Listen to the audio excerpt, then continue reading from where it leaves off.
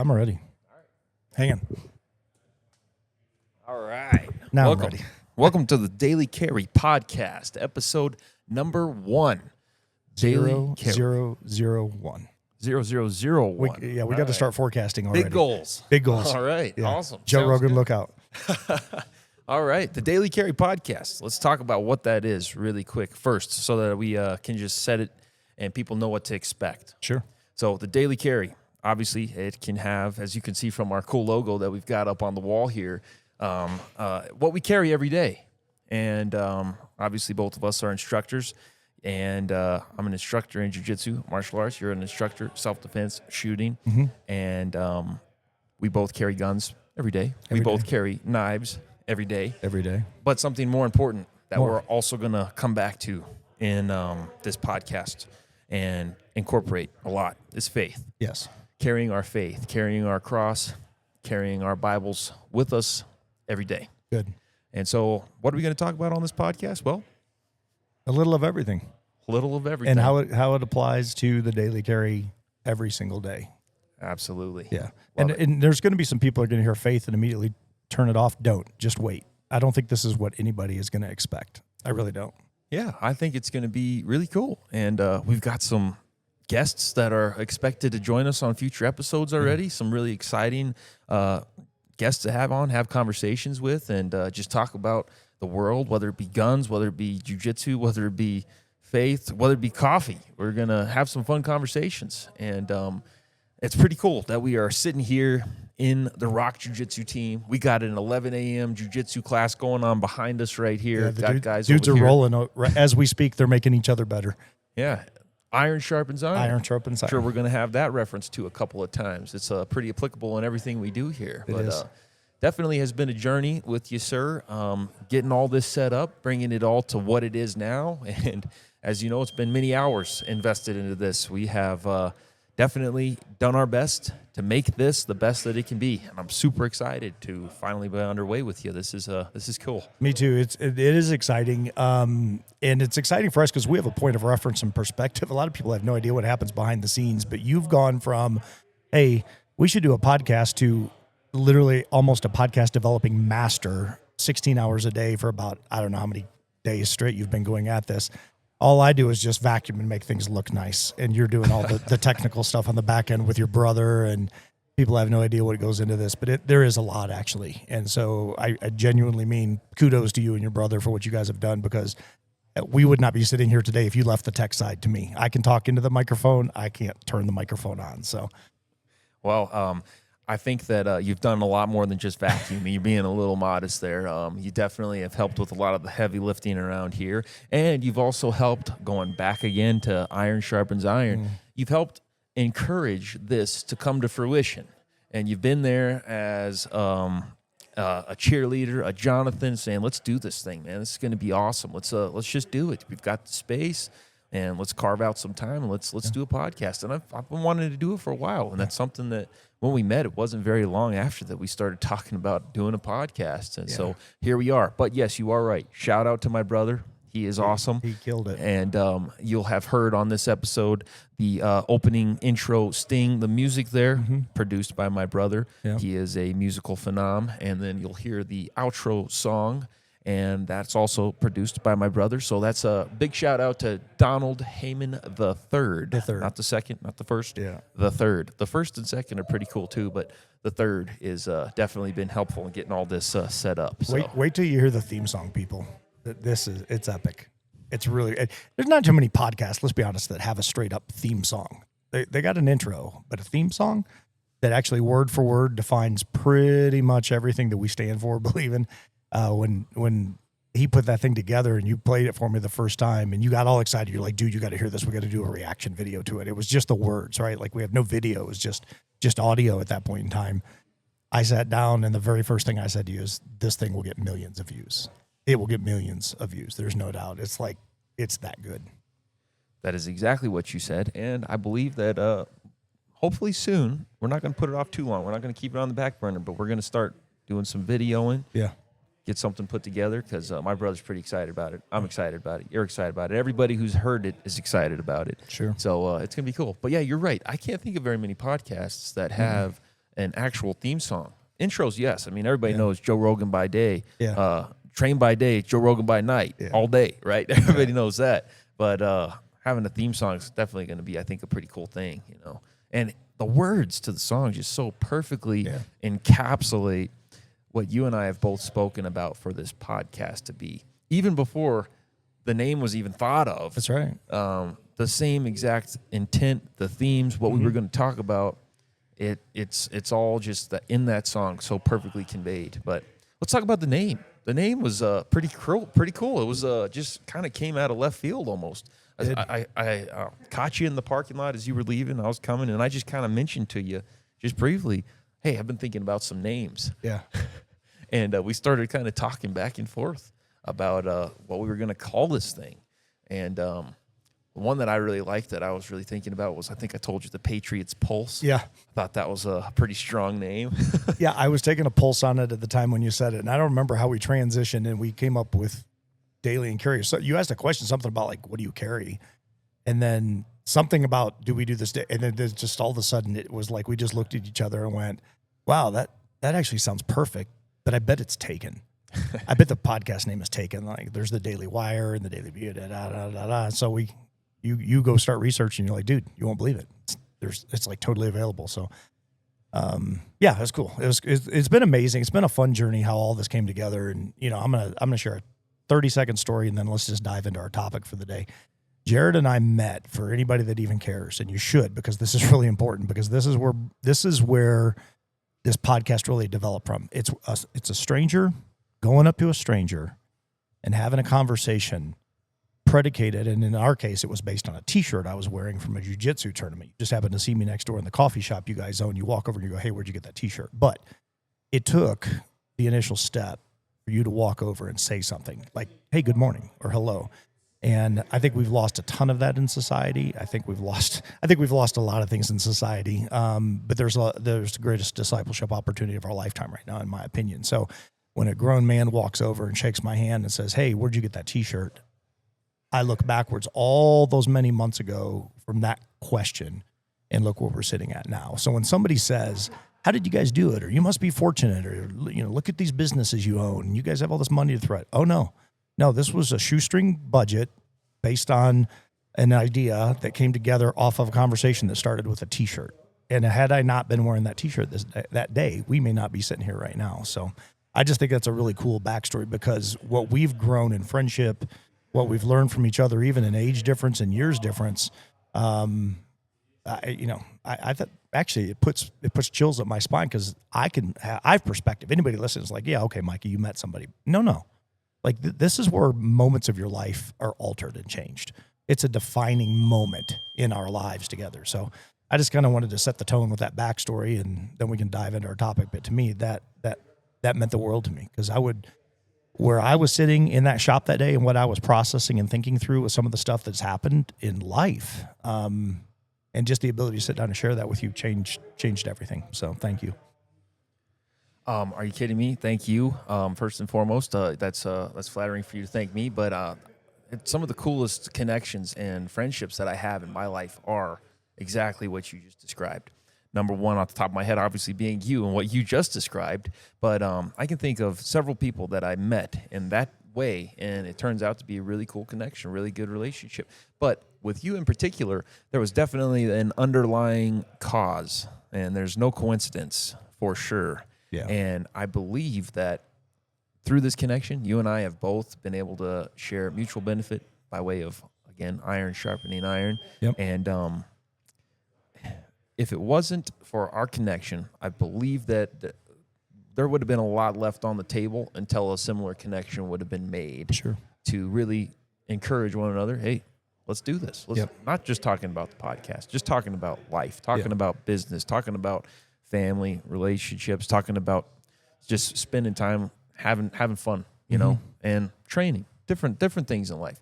Some people that you meet, they just kind of hit the mark, you know, and kind of come in and you get shoulder to shoulder and you start doing life together and you're the better for it, you know, and it's mutual. And that's been awesome to experience. And I think of some other connections that I've had, one of them being Big Brian from the gym here. whenever I was about to do the grand opening for the Rock Jiu-Jitsu team, I had this idea. And the way that I met Big Brian is pretty cool too. Maybe at some point we'll have him on, have a conversation about that. There's been a couple cool connections like that are not too dissimilar from your story. But I wanted to build the walls, the pit walls around the mat. And I had talked to Brian about it several times. This was before you and I had met. And I kept kind of putting it on the back burner, and I was like, I'll do it eventually. And I had the grand opening on the schedule, and Big Brian comes over and says, dude, the grand opening's coming up. You've been talking about doing this. Why would you not have this ready for your grand opening? I was like, man, you're right. So literally a week before, I said, okay, I'm going to do this. And so spent many late nights getting those things built, putting it in here. Thanks to my entire family, showed up and helped me the day before the grand opening. I'm talking about my aunt, my uncle, my cousins, my mom, my dad showed up in force, helped me make that vision come to reality. And grand opening, man, it was surreal to see the kids start to play on it. And then we have the adult open mat and the adults enjoying it. And it's just been a process, because without that relationship with Brian to have encouraged me to do that, then Pit Boss would have also not happened. Sure. And then JWI would not have happened. Right. So it's these good influences in your life. It's this iron sharpens iron. And something that's very important to mention as well is Big Brian has also continued to encourage me on another idea that's far more important than just pit walls. And that is, I told him years ago, I guess I should say probably about a year ago. I don't want to get ahead of myself on the timing there, but about a year ago, I had mentioned to him that I had this idea that I really wanted to do. That was a burden, almost a conviction that I was really feeling that this needed to happen. And that is what I called a carry your cross challenge. Yeah.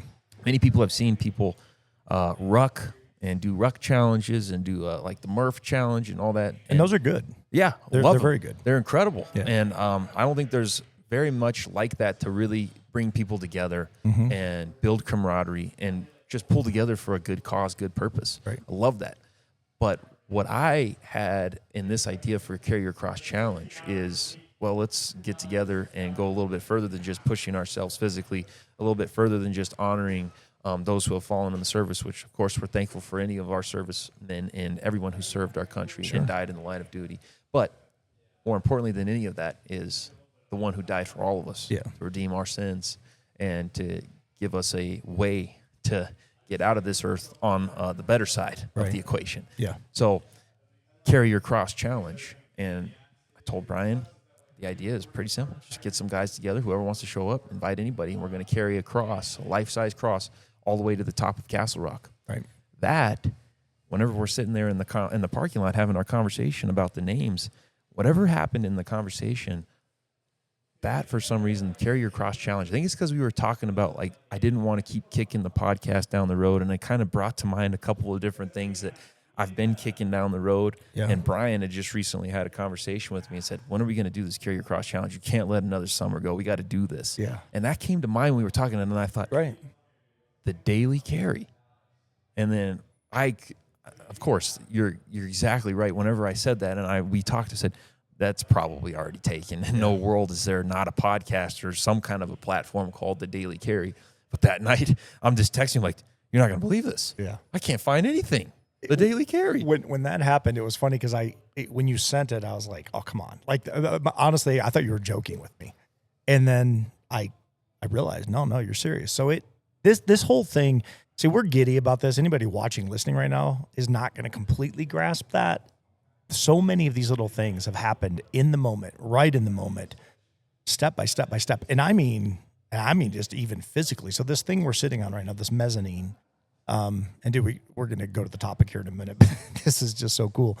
You order a mezzanine online from a dude that delivers it, and it goes into a space here. And this is a big gym. For anybody who's not seen it, your gym is epic in here. It's huge. Big bay, roll up doors, the pit, it's just so cool. But where this mezzanine is, it fit like really to the inches in both directions of exactly where it had to be based on the superstructure of the building, what was holding up the building, how this thing fit in. And we even twisted it in the moment. It was going to face one direction. We flipped around 180 degrees, faced it the other direction. It worked perfect. Everybody that's been up here for the events and now the podcast, it just all came together. So, say what you want, but I just think this was all in God's plan. I really do. I think this whole thing was just, it's just, there's too many things to call coincidence. to have them not be just almost supernaturally fed. It really has come together that well. I completely agree. You definitely cannot call things that connect to each other this seamlessly coincidence. Yeah. And I mean, and we'll get into stories at some point in the future, but I mean, even long before all of this, Yeah. the fact that we're sitting right here, right now, is nothing short of an absolute miracle. Yeah, it really is. And some people know my story. Some people know the gym story, the coffee shop story. Some people know it. Many people don't know it. Yeah. Eventually, we'll share that. What it really is a testimony. Right. We'll share that eventually. But to just speak to the mezzanine, because that's still pretty fresh on the mind. That was just a couple months ago. Have to shout out and give thanks to the Rock Jiu-Jitsu team. Oh, they killed it. And the guys who showed up. We had a 3 a.m. night that night putting this thing together. And it was definitely pretty surreal to be there and just see people on the team so excited about it, excited about the vision for the gym, the events we're putting on here, and just come together and be willing to give their time, because nobody got paid even $150 an hour. Nothing. They just came to help because they love the vision. They love what we're doing. And I love that we have built that out of the team. That's the biggest reason that team is in the name, the Rock Jiu-Jitsu team, is because that was and still is. That's my goal. That's my priority. I don't really want to build anything unless I'm building a team. Right. It needs to be people who are able to come together, live life together, and be better together because of it. You know? So let's. I think we've are getting us shows, and we've explained part and parcel. We can define what the daily carry is going to be about a little bit more, but right now in society, right now, today, I watched the news. I had it off for 4 days intentionally this past week, and I turned it on 2 days ago just to see what was going on, and I was astonished by, I mean, nothing shocks me anymore, but I was astonished just to find out that that the world is still burning, that the president is fighting with his right-hand man, and his right-hand man is fighting with him, and Simone Biles and Riley Gaines are going at it now over transgender issues, and on and on and on. And we could pick any one of 1,000 topics right now, but what I want to central it down to, if we could, just for a moment, the whole point of being here, the daily carry, one is to your point, the single most important thing is picking up your cross. It's your salvation. And people will argue that, and there's going to be believers and non-believers, and there's going to be people that are going to get goosebumps when we talk, and there's going to be people that are going to get, whoa, what are you guys talking about for a second? And you're going to get the pushbacks. But at the end of the day, we're talking about literally you and I, our friendship, what we're called to, what we're led to do, what we believe in, what we stand for. And you just really summarized the entire thing with the Rock Jiu-Jitsu team. I mean, nobody came over here. Nobody got Bible thumped. Nobody got beat up on verses. There's this huge perception, I think, with Christianity that this is how, you have to be on the other side of it, or you're a sinner or something's wrong. This was about a group of guys getting together for a greater cause. They know what's written up on the walls. They know your life. They know my life. They know what we stand for. They come in here and they roll. They put the effort in, they teach, they instruct, but they also come in late at night to help build something, not because Jared wanted to build it, but because everybody saw a much bigger picture. And I just think there's a huge element of that teamwork that is just missing in this country right now. I think there's a lot of critical thinking that is missing in this country right now. We're wayward, we're emotion-based, we're feeling-based, we're a lot of different things, and we can deep dive into whatever you want to deep dive into. But I've watched this develop in my lifetime. I would say we're at no greater discipleship opportunity, and we've never been in a place where we've had more information and we're more wayward at the same time. It's like you have unlimited capability sitting at your fingertips, and yet people just can't find the truth. And to me, that's what the daily carry is about. It's about finding the truth. It's about standing for the truth. It's about not only believing in yourself, but it's not about beating up on other people because they don't believe in the same thing. It's about walking beside them. It's about discipling. It's about friendship. It's about bringing families together, core values, all of those things. So that's just, that's my 2-cent stump speech on why you should be listening to the daily carry, because that's the direction we're going to go in, and we're going to apply the daily carry to every single topic that we talk about as we move forth. Completely agree. What you just said beautifully sums it up, I would say, as to what we're going to be doing every episode, what the intent is, what the underlying theme is. And we're going to be a lot like Grok, but a lot better than Grok in that, I don't know if I should say better. I think the computers are AI is probably a little bit smarter than us. Maybe. But what they don't have is a soul that cares about other souls. It's true. But as Elon has coined or referred to Grok as being the maximally truth-seeking AI, that will be one of our approaches on this podcast is to be the maximally truth-seeking podcast. We just want to be the people who are not, number one, afraid to speak the truth, but still take a biblical approach to it. The Bible says to speak the truth in love. Yep. So it's not like we're going to be in here just bashing people, trying to hit people over the head with the Bible. And, I agree with you that a lot of Christianity gets that kind of a reputation. I'm never, and I will never be the kind of person who ever tries to shove anything down anybody's throat. Yeah. And that's not even a biblical approach. No. And the Bible does say, taste and see that the Lord is good. Yeah. What's really cool is that the scientific evidence that exists shows one of the big problems we have in this country, one of the big problems that I have living in this country and anywhere I travel in the world is sugar, sucrose, glucose, whatever you want to call it. Sugar, whenever you taste it, it's really good. Yeah. And what they have found in research that I read is once you've tasted sugar, your stomach expands. So scientifically, you always have room for dessert. Right. After you've eaten, you feel full, all this. So all you have to do is taste a little sugar, and all of a sudden your stomach expands, and, I can have a little bit more of that. Yeah. And the reason that I'm bringing that up is because the Bible says taste and see that the Lord is good. But it starts with a taste, right? It's not going to be getting a whole steak shoved down your throat.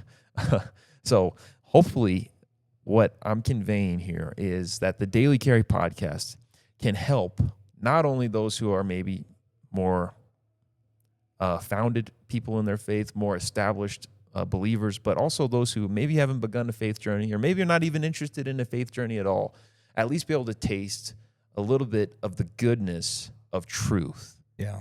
That truth is what this world needs. We need more truth. So do you think, to that point, do you just think people are just afraid? I mean, at the end of the day, when push comes to shove and everything boils down, is the common denominator just fear? Is it fear of standing for what you believe in or standing against what you know you should, to do nothing, to say nothing is to do nothing, et cetera, et cetera?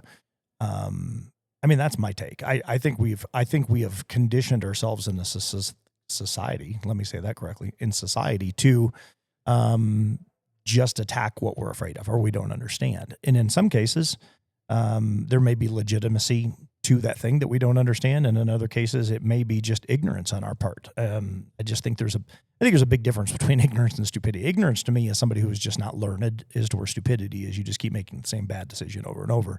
And it feels to me as a country, we're starting to drift more over into a little bit more of the stupidity department as opposed to the ignorance department. And at the end of the day, I mean, I don't know how you function, but to me, I want to know something before I speak into it or I comment on it. In many cases, I just sit back silent and listen anyway because I just want to see where it goes. But the example I used the other day, I was having a conversation with somebody and he says, well, that's just an ignorant way of thinking. And I said, well, ignorance, to me, the example I would give is I don't know Chinese. I don't speak it at all. I'm ignorant to how to speak it, but that doesn't make me stupid as a person. And he laughed. He's like, yeah, that's a good point. But the conversation was really about fear. It was really fear-based. He was afraid of where everything was going. He doesn't want to engage with anything. He wants to close off the world. And I think a lot of people feel that way right now. I mean, you turn on the news and it is really bedlam out there and it feels awful. I mean, especially in the last 24 hours, what is just creeping up with everything happening in LA. Social media is just blowing up. And to me, it's like we don't understand what we don't understand. So therefore we're going to either lash out at it or we're just going to hide from it. And I don't think that either one of those things help in any way, shape, or form. And I think that's where we're sitting right now. And I would agree with you that in a lot of ways that's a scary place to be as far as starting to get that line between ignorance and stupidity blurred more and more. Because obviously, first of all, as a country, as society, we don't want to be operating out of ignorance. But number two, we definitely don't want to be operating out of stupidity. And I want to follow what you just said in that I don't want to speak about things that I don't have any idea about and I'm not qualified to. But I do think that just being willing to have a conversation is a great start because I will admit, I don't know everything. I don't know a lot about a lot of things. And that's okay, because as people, we're allowed to have opinions, and as people, we're allowed to grow. But once we've grown, once we've gotten to the point where we're not ignorant, it's the choices we made once we've got out of that ignorance that are really going to define the course that we're on. And hopefully the majority of us will choose not to go into the stupidity route, rather than, operating with wisdom, operating with discernment, operating with, this is a decent level of just common sense. But I do think that right now, to answer your first question, because your question to me was, do you think it's fear? I think that because of the lies that have been told, that's different, in my opinion, than ignorance, and that's different than stupidity. That is evil. Why? Good point. Why? Good point. Because there's only one thing that we have in the Bible. There's only one thing that God's told us in his word that the devil can create. It's only one thing. And the Bible is clear. It says that the devil is the father of lies. Yeah. So if it's a lie and it's being told, and it's not only being told but pushed and forced as some kind of an underlying agenda, that is evil. Sure. And so, there's a lot of people who I believe really are at this point, because of how heavily that evil has been pushed. They're afraid to talk about things. They're afraid to talk about topics like there only being two genders. Right. They're afraid to talk about things like that, because it used to be that truth is truth. You don't have to argue or debate about it. But now it's okay to lie. That's what they're trying to do. I like it if you think about it this way.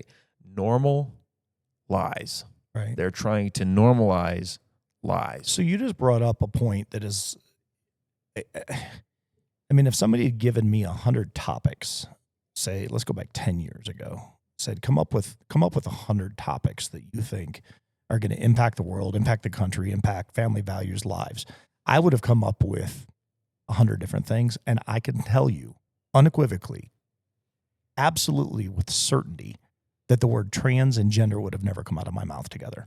Like, I would have never thought in my wildest dreams that would be if not one of the top 5 forefront issues plaguing our country right now. And even to the point where it's gone around the world, on something that at the end of the day is just made up. It's not even a thing. You can scientifically disprove it in like 2.5 seconds. Anybody with a lick of common sense or even uncommon sense should be able to look at it and go, what in the world are we doing? But instead, we've made up rules and laws. The Olympic committees and the foundations of sports abroad are just acquiescing to this nonsense. To me, there's a simple solution. If we can't recognize that women are women and men are men, and there's this third I want to be something else party, the simple solution to me is keep women's sports, keeps men's sports, and then just create a third category for the people that just can't deal with life. And, fine, go do your thing. Am I going to buy off on it and believe into it? Of course not. Does my faith and my research show differently? Of course it does. But at the end of the day, it would solve 99.9% of our problems that we've got right now, because we're incorporating men into women's everything. And I don't know how grown men can stand up and be a champion of anything if you're not even championing the protection of what we know to be true, and that is a woman was born a woman, a man was born a man. Like, it just doesn't get any dumber than this. And when I talk about ignorance versus stupidity, that's not ignorance. That's just plain stupidity. And so we are now at this point where we've got 2 world-class athletes that are fighting with each other on Twitter, and there's a lot of back and forth over something that is absolutely, unequivocally, without any question, just made up. Non-binary is not a thing. You want to label yourself trans and try to be something different, fine, but you're still born with the chromosomes you have. Every scientist knows this. Every virologist knows this. So to me, it's costing billions, if not trillions of dollars at this juncture worldwide with all of the byproduct that it creates. And it's all nonsensical. It's like walking outside in a 100% sunny day and having somebody tell me that it is 40 and snowing, and I'm sitting there going, it's 85 and sunny.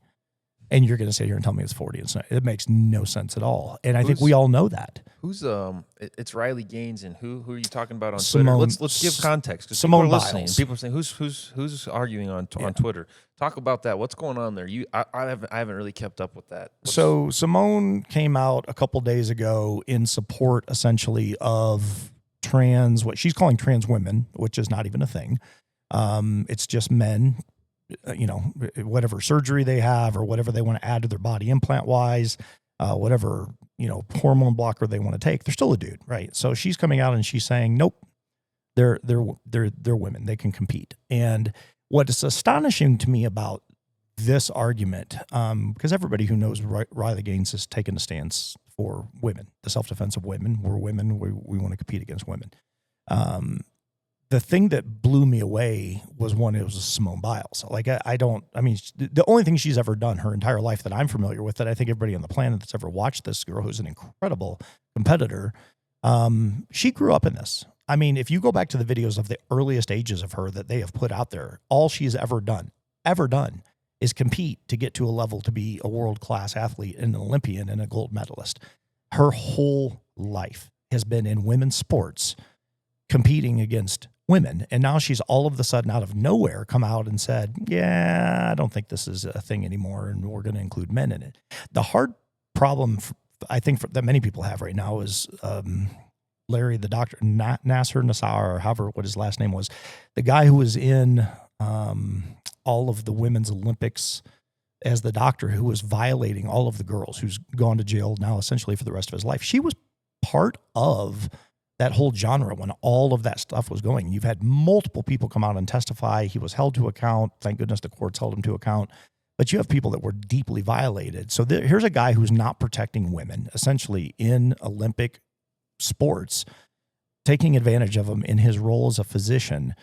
And one of the people that was in lockstep as far as time frame went was Simone Biles. So it just blew me away that, one, you had your whole group of gals in the Olympic committee that were violated are your friends, your peers, your constituency, and now you're going to come out and endorse men against women after you had a dude who was violating women in the very sport that you're doing. It's just the hypocrisy is unbelievable. The double standard is amazing. I don't get it. And then she goes after Riley Gaines because Riley's basically just saying women are women. And so, it's, again, we're believing a lie, to your point, and we're afraid to do anything, to do the right thing, and just simply just cut this nonsense out right now. Like today, it could end in the next 60 seconds. There's no way that we can continue down this road and not have just an incredible fallout. And I think that's the byproduct of what we're seeing right now. And rather than people, I'll go back to a biblical standard. God created man. God created woman, period. Science has proven there is man, there is woman. And outside of a half of a half of a half of a half percent of people that are born with men and women reproductive parts, which is such a rare deal, that's what the argument goes back to all the time. Well, but those that aren't not the people that are competing right now in the sports. Those are the anomalies in the world. It's like a guy born with 6 fingers. I mean, it happens. But at the end of the day, they're not making 6-finger gloves everywhere to accommodate 4 human beings on the planet. So I'm a little lost by this whole thing. I don't understand Simone Biles and why she's doing it, but I certainly understand why Riley Gaines is standing up for it. So it's become class warfare at the exact same time in the last 24 hours. And it's very, very sad to see, because now it's become a culture thing and it's become a race thing. And and at the end, it's neither. It's a made up term. That's, as you're just talking about that, first, my mind just goes to, even in the conservative side of things, even in a lot of Christian circles, like this just becomes, it seems an increasingly more so uncomfortable topic to discuss. And I think that's because people just want to make sure that they're not perceived or received as having hatred. Mm-hmm. And I think that's very important to just get right off the bat. You and I don't hate anybody, right? I hate evil and I hate lies, because lies is evil. That's what we have to make sure that we're coming back to. As far as my perspective goes, that's what's most important to me. I'm not going to be okay or be passive about evil, because my call as a man and what I believe in, my convictions, is that we're not overcome by evil. but we overcome evil with good.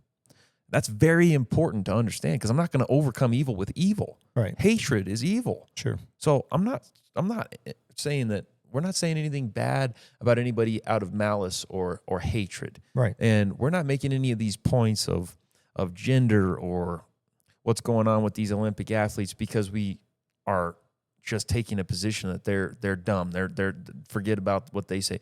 We're taking this position of, well, it shouldn't even be to this point. Right. It should have never been something that we allowed as society to be impressed on us from whatever it was, sleeper agents or politicians, whatever it is. This has clearly become, and it didn't just happen overnight. No. It's been year over year, this progression and this compilation, this compounding effect of just these things that continue to be pushed on us that, oh, it's okay to live this lifestyle. It's okay to do this. In fact, it's not just okay, because it's one thing for the government to say, okay, it's okay for you to do this. And it's a whole other thing for the government to say, oh, by the way, now everybody has to respect this. Everybody has to live their life this way. One of the big ones that I had, and many people had problems with, is whenever they really started to push the narrative of bathrooms needed to be gender neutral.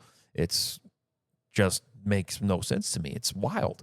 But we didn't get to that conversation even overnight. It's been this continual process of breaking down what just makes society able to function on a regular, common level. And I'm not interested in controlling anybody. You're not interested in controlling anybody. I don't want to control anybody. People can live their lives. And if they want to live their lives their way, that's fine, because even God's not interested in trying to control people. God wants people to come to them because that's what they choose to do, because that's what they do with their will, is they turn around and they commit themselves and give their life to God. Right. That is God's model.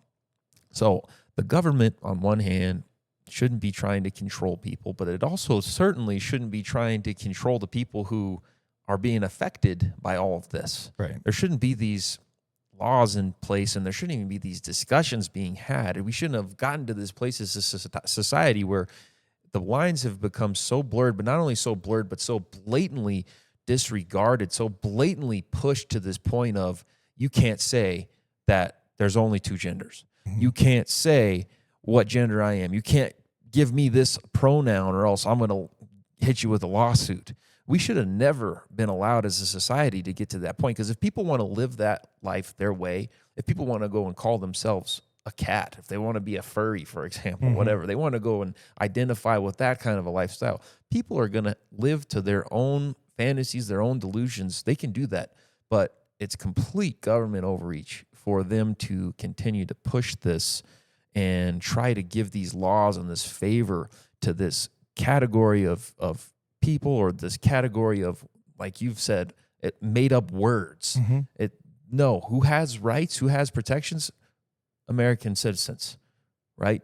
And it's just continued to be this snowball effect of just policies, legislation after legislation, and lawsuits. And it's all gotten to the point where it really has to, in my opinion, have a massive course correction, where people like you and I are able to sit down and have this conversation, put it on the internet, wherever it goes, because you and I know this is our first episode. Sure. Hardly anybody's listening, right? Let's be realistic. Right. But even for us to have this conversation, it's very difficult for anybody to ever actually get to the point of having the courage to come out and have a conversation like this. Sure. And we've said nothing that has been incriminating. We've said nothing that has been bad or hateful to anybody, but it's still, because of the pressure that's been put on us as a society, there's still this level of uncomfort that comes with just starting to have these conversations that shouldn't be hard conversations in our society right now. It should just be able to have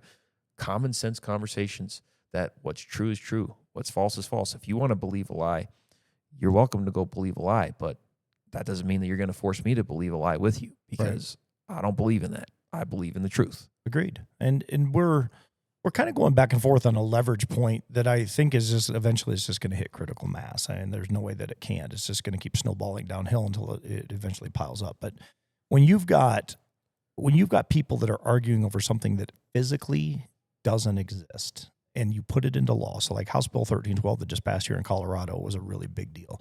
And, when the governor signed this into law, which we knew that he was going to, that was a giant leap forward for evil. This was not, and this really even isn't so much even a faith thing, is just a common sense thing. So, where would I go? You can't join the military until what age? You can't drink until what age? You can't smoke until what age? These things have been in place for years and years and years. Why? Because they're common sense. It just makes sense. The frontal lobe of the average human being, through study after study, if we're trusting the science, is developing somewhere between ages 24 to 26, 7 years of old age. Yet we are giving the opportunity to have the schools protect the kids who are coming in and saying, I feel like I want to be a girl tomorrow, I'm a boy today. We're not going to tell your parents. We're going to give you the permission slip to go pursue whatever you want to pursue. And what's terrifying to me about that is 8, 9, 10, 11, 12, 13-year-old kids are going to make decisions that when they're 25, 30, 35 are going to have ramifications and they're never going to be able to reverse. We're going to be in massive litigation issues. The insurance prices are just keep going up and up and up and up because we're just keep throwing stock into this nonsense. And at the end of the day, everything's expensive enough already. If I'm just looking at it from a socioeconomic standpoint, it ticks me off every time I turn around and I watch my insurance rates go up another $2,000, $3,000 a year to pay out for what they're doing in these studies. But now they're actually actionable steps. So here in Colorado, you can go get gender affirming care. You can go get castrated. You can literally be charged criminally if you misgender somebody. You can have your kid taken away if you're in a divorce situation where one parent doesn't agree with what the other parent does. The courts will step in and take that person away or take the kid away from you if you are opposed to gender transformation. The insanity in that is now controlled by the law. The question is who enforces it? Because I know I've sat down with some local law enforcement. I'm not going to name by name, but some people that are like, it'll be a cold day in Hades before I ever enforce something like that. And so we're just going to keep running into a byproduct of problems that all come from this nonsense. The issue that I see in it is it comes back to the old analogy, throwing a spaghetti at the wall, we'll see what sticks. What is happening right now is you have people throwing huge agenda items at the wall that are life-changing agenda items, huge financial issues for this country, et cetera, et cetera, et cetera. And they're just seeing what sticks. And if you throw enough of it, if you're on the other side and you're going, whoa, wait a second, slow down, this isn't even a thing, then you're in a screaming match with people. And that's where we're living right now. That's where we're at least here in Colorado, which to me is just nuts. Because when I moved out here 25 years ago, I was moving to the Wild West. I moved out here because of mountains and trails and backcountry. And now Colorado is the epicenter of what I really consider from a political standpoint is just very, very stupid. It's not even ignorance. It's just stupidity because there is opinion, there is perception, and there's perspective. And right now we're not living in perspective. We're living in opinion. So we get 5 years, 8 years down the road after these laws have been passed, we're going to have a lot of perspective. And I think at that point in time, people are going to be living in the regret land of no turning back. And we're going to have a massive, massive psychological problem in this country. I mean, absolutely massive. We're not even at the tip of the iceberg of what this thing is going to cause. So that's my fear. My 2 cents on it is you better start praying about it and start talking about it. You got a conscience. God gave it to you, whether you believe that God gave it to you or not. He did. You got a conscience. You know what's right and wrong. You know what you're doing to yourself. And if you are that stuck in, I don't know what to identify with, or you're struggling with your sexuality, get counseling, talk to people. But at the end of the day, now we've made it legal to go hide it from the parents, and then the parents get arrested if they don't agree. That's just the definition of lunacy to me. The only difference in perspective I think that we've had so far that seems to be recurring is you like to call this stupidity. You like to call this lunacy, as your last word was. I just don't see it that way. How do you see it? I wish I remembered the exact words to the saying. One of my buddies, Jason, used to tell me this. And he would love to just have long conversations. He'd be a fun guy to talk to on here. But he would really deep dive into a lot of these underlying themes with things in the government, policies, all the connections between them. And he would really show, hey, listen, there's absolutely evil in this world. And this evil in this world is absolutely trying to destroy and eat up this world. And I would do a good job, or I would try to do a good job of when we'd have these conversations is kind of brush it off a little bit and say, hey, listen, there's a scripture that's for you, that's for me. Don't ever forget it. Greater is he who's in me than he that is in the world. That's very important to remember because it's so easy to start talking about everything that's wrong with the world today and just get in this fog where it's like, yeesh, ready to get out of here, ready to, go get my cave in the mountains and forget about people. Believe me, I love that lifestyle. What you just said, moving to the Wild West, that calls to me. Yeah. Being able to just be in the woods. You and I just went ATVing a couple weekends ago. And we both shared, man, just love being in the mountains, love being in the woods, love just being there. Just part of just being there just feels like it connects you where you're supposed to be, at least for guys like you and me. Yeah, it does. But the point is this. We're here for a reason. If we just isolate ourselves in the mountains and just forget about it, and just leave everybody for their own, to fend for themselves, then who's going to be there to have these kinds of conversations? Oh, sure. I know that there's people who are, which awesome. Thankfully that there is people who are speaking the truth, and more it's becoming clear that people are tired and they're starting to get worn out with this forcing of lies and manipulation on society. But the difference that I was talking about with you is I don't think, and the saying I was trying to remember was something about, is it ignorance or malice? And if somebody's operated in the same way in more than once, if they've done it repeatedly, you can't continue to just say that that's ignorance. You cannot continue to just say that that's stupidity or lunacy, because if it's repeatable, and in this case, it's not only repeatable, it's not only repeated for years on end, but it's also worsened. Who are they targeting right now with these policies? Now it's stretching from, let's have gender-neutral bathrooms, and it's okay for a man to call himself a woman and go into a woman's bathroom. It's beyond that now, and it's, oh, by the way, your kids are welcome to do the same thing, and they don't even have to tell you about it, and we don't have to tell you about them telling us about it.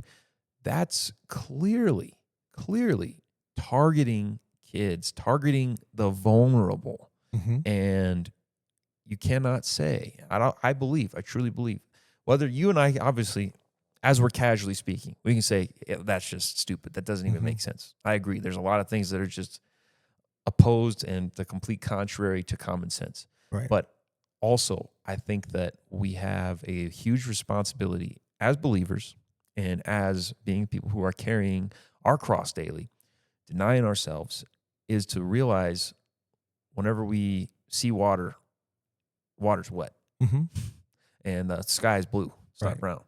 And I don't think that we can continue, and we're going to have deeper conversations in the same line, but we can't continue to call lunacy and stupidity or kind of have it as a blanket whenever that's not what it is. What it is absolutely intent, and it is bad intent. It is, as I said before, and I'll come back to it again, it is evil. It's evil. The Bible says that the devil is prowling around like a roaring lion, seeking who he may devour. Well, lions are going to go for the easiest prey. A lot of times it's kids. Sure. And these policies targeting kids more and more, that's not stupidity. Are the policies stupid? 100%, I agree.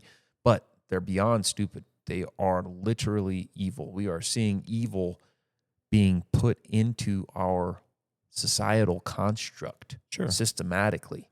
And I agree. In Colorado specifically right now, we are seeing quite a decline in a lot of our policies, which is really, really disappointing. I mean, not just with that, but just lots of different policies that have been and continue to be passed and pushed for. This year in specific, we've had some major letdowns as far as things that they have voted for and passed in the state that should be pretty easy for people to just stand up and say, that's not right. That shouldn't be.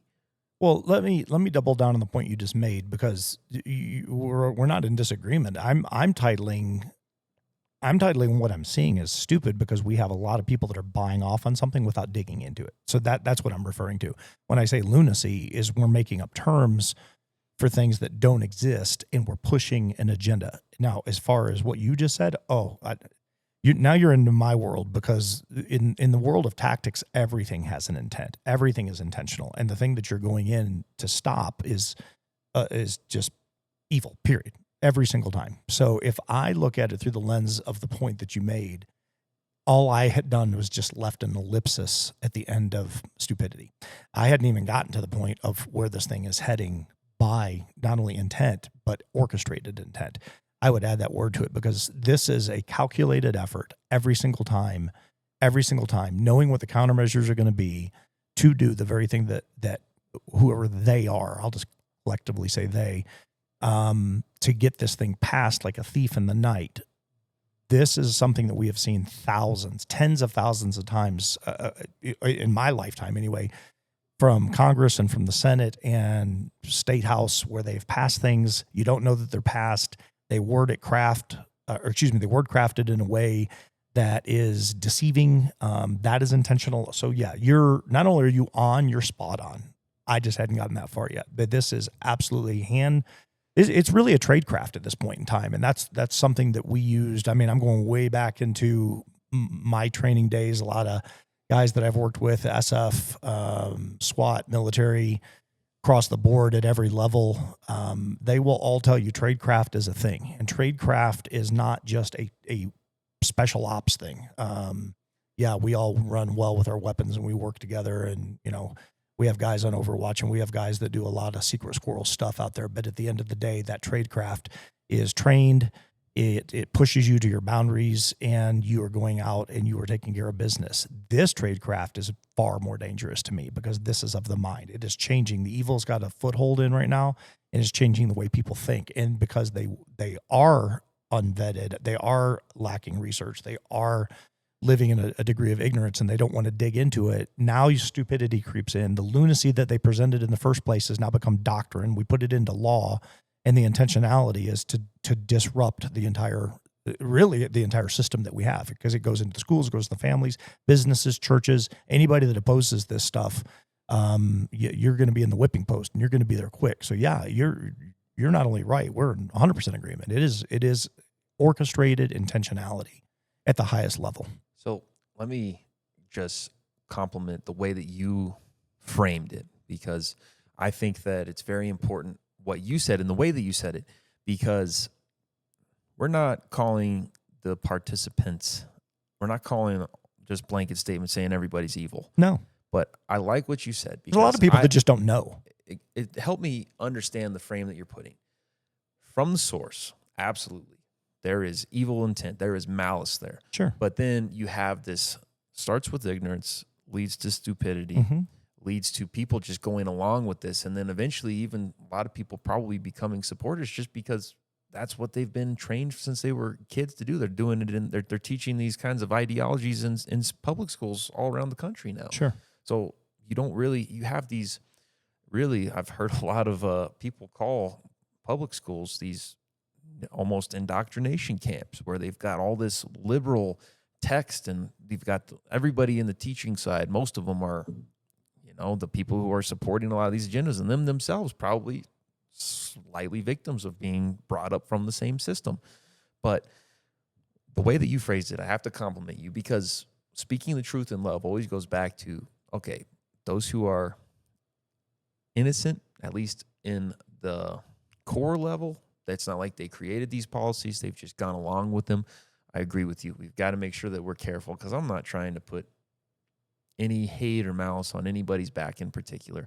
I believe that the government has definitely been infiltrated with more than just corruption on a humanity scale, more than just what we see and can feel and touch in this world. I think that the American government and probably government as a whole around the world, absolutely, there is evil forces that I believe in that are working against good in this world. Sure. And I think it's very important to phrase things the way that you phrase it. So I had to kind of track back a little bit and just say that about the way that you phrased it, because I understand that from that light, from that perspective now, is that the people who have gone along with it and in a lot of ways been otherwise pretty much victimized by this, right, we're not calling them evil. But we're calling the source. No, not at all. And you got the simplest way I'll put it into two categories. So I started off with age, and I was talking about joining the military, drinking ages, and things like that. A 12-year-old can't make up their mind at 12 years old what they want to do with their body. The problem is there's an intentionality that it's created a law that gives them the ability to do that. That's number one. So the intent that you said is proven right there. The second part of that is what is the recourse of action if you stand against it? Well, now there's criminal law if you oppose it to go after that person. So that's definitely how you know that it is intentional, because when you put a punishment on the other side of something, it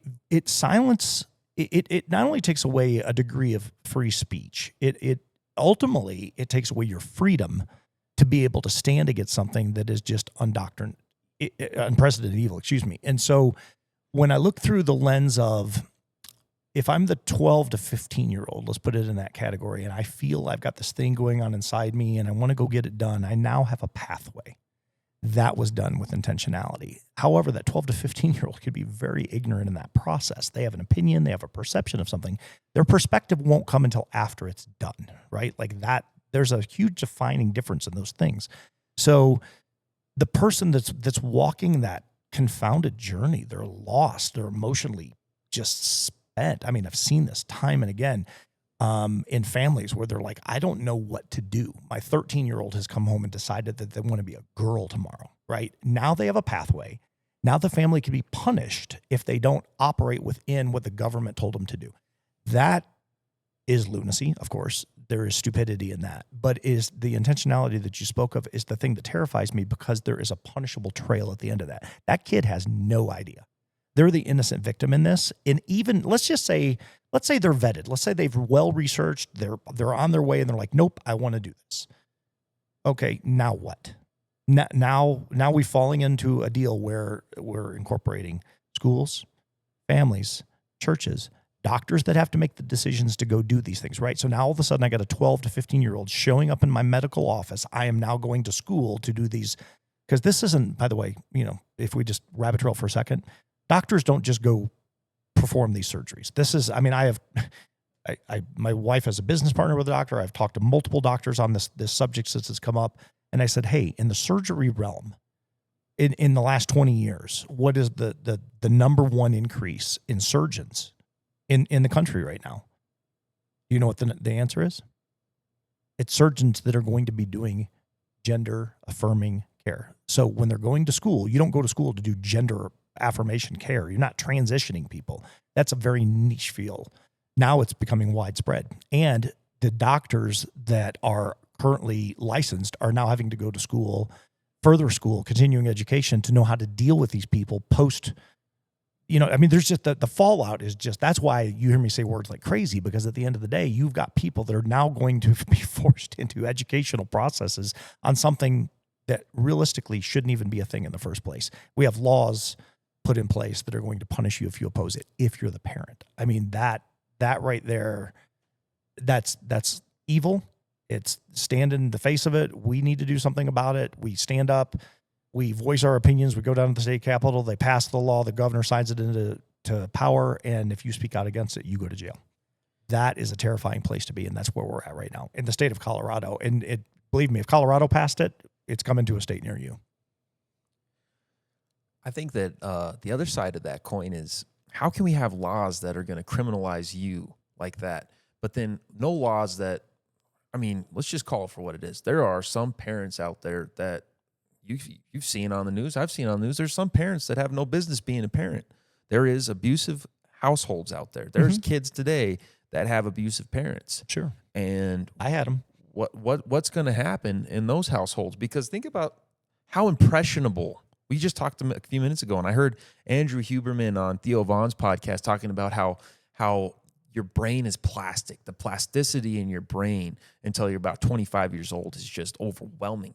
So think about these kids, and they're in a home like that, and then you got a weirdo for a parent that's forcing that agenda on you. How can we have laws that are going to criminalize parents for not having that pathway to support gender affirming care? But then what about the flip side of that, where we've got these weirdo abusive parents that may be pushing that on their kids, right? That may be pushing that mutilation on their kids. Think about it. If somebody were to abuse their kids and get caught, they're going to go to jail. Yeah. Right. But now somebody has a pathway. Well, I can abuse my kid this way psychologically, and there's not going to be any repercussion. There's not going to be any recourse. I can raise this kid up and have him think that this is his own idea and this is for his own good, her own good, whatever it may be, and then has a legal route to go and mutilate their child. And I'm not saying that that's going to be the majority of parents. I know that that's by and large not the majority of the parents. There's good parents, there's loving parents, but there is absolutely abusive households. Mm-hmm. And there is, with there being a consequence for there not being that affirmation, but leaving out these very important details, well, we have to be even more careful than ever, because the way that kids are raised is the way that they're going to most likely end up living the rest of their life. Sure. And it's very easy to tell a kid, oh, you're a dog, and he goes and runs around and acts like he's a puppy dog. Right. It's just as easy to say, oh, you're a girl, go put on one of your mom's dresses, one of your sister's dresses, and then weirdos out there let those fantasies play out, and eventually like, oh, it's time. You've been a girl this whole time. You've been a boy this whole time. Let's do this. Right.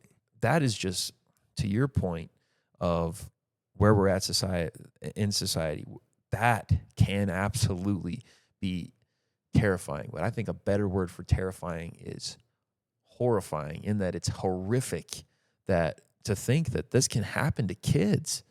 Somebody, it feels like, just sitting in this room, we've got to figure out as a society and as people who care about these things, people who care about kids, how can we protect kids from these policies continuing to destroy lives? Because as you've said, the people being trained now for the psychology after these transitions. I've seen videos, I've seen interviews, I've seen people come out and say that it was the worst thing that I've ever done, talk about the horrifying life, that it was the worst decision, that they wish they'd have never done it. And from what I understand, the statistics show that that is the majority of anybody who transitions regrets that they did it. Sure. So it's overwhelming to think and to sit here in a position, be sitting in a podcast set and think we're talking about all these big issues. How do we, boots on the ground, how do we do what we can to help? Well, I think it starts by what we're doing. And, if I go back to the beginning, we were all giddy and we're talking about, the theme song and our logo, and it was fun and it was cool how it came together. Let's stop and think about something just for a second. So there's a war, and I'm not shifting gears over into a Second Amendment thing. I just want to make a point. There's a war right now on the Second Amendment, and it's been going on for a long, long time. Every time there's an active shooter, somebody over on the left comes out, we got to ban this, we got to do that. And I understand the emotionality of it. I do. I genuinely understand it. My whole career in law enforcement, executive protection, a lot of high-end training that I've been able to do for decades now. I've seen the horrific aftermath of these things. I've been in these events. I've got multiple peers that, in my world, in my circle, from the Aurora movie theater massacre that took place, friends of mine that had to go in and overturn bodies to look for booby traps because everything he did was booby trapped. You can't undo what you see. You can't undo what has happened. But you just have to keep going forth and dealing with it. And there's a select part of society that, in my opinion, we'll go to Cooper's colors for just a second, because there's two colors in Cooper's colors that I think are the most relevant in society right now. Can you explain what Cooper's colors is? Yeah. Anybody who doesn't know. So Cooper's colors is essentially, it's a color gradient scale from white, yellow, orange, red to black. And white is you're very carefree. It's not that you're ignorant. You just really enjoy life. The way I describe white, the color white, is my wife at the beach, or the pool. She is just carefree. She loves water. She soaks in the waves. She loves the sound. She loves camaraderie, hanging out with people. But she's not looking over her shoulder that anything is going to happen, but she's not naive to anything that could happen. So white is that carefree color. It's just, you're just enjoying life. Yellow is the way I describe everybody that drives every single day. So you're driving down the roadway, you're in condition yellow, which means you're paying attention to traffic lights, oncoming cars, the shoulder of the road, pedestrians that might cross in front of you, et cetera, et cetera. Orange is what you start going to when something starts happening. So if you're driving down the roadway and you see a car head on coming at you and he starts drifting over into your lane, maybe you start slowing down, or maybe you start drifting a little further to the right. Condition red is when it hits the fan. That's like you're going to die. You got to make a decision right now, and you can pick any scenario that you want. And then condition black is the most dangerous one, because condition black is essentially where we're living right now with a lot of society. They are blind. They are ignorant. They believe absolutely nothing can happen to them. And then whatever is happening, they don't believe is actually happening to them. It's just a degree of naivety and denial that puts you into a comatose state that when something does happen, you just believe this thing is not happening. And it's one thing to go there in a millisecond when something bad hits you in the face. Like I said, the Aurora movie theater massacre, there were people that were interviewed after that when the shooting started, they said, we just thought it was part of the show. Like it took a moment for it to register. They're not ignorant to what's happening out in the world. They're not ignorant to the bad things that can happen. But it took a second paralysis by analysis for their brains to engage in the process that there's actually a guy in here killing people. We have a lot of people that live in condition black right now. And I think it's very, very dangerous because at the end of the day, they're not situationally aware. They have no idea what's going on around them. And all of the stuff that they're attesting to that they believe in, they don't understand the ramifications they're in. They just believe that there's nothing can happen. Nothing can happen. It's just their world. They're floating out there in that world. And that's the only way they see life. And so we've transitioned as a society where so many people are actually over in black at this point in time that trying to convince them. Dietrich Bonhoeffer does an exceptional job talking about the difference between ignorance and stupidity. And Bonhoeffer was around in cattle car Germany during World War II, Nazi Germany.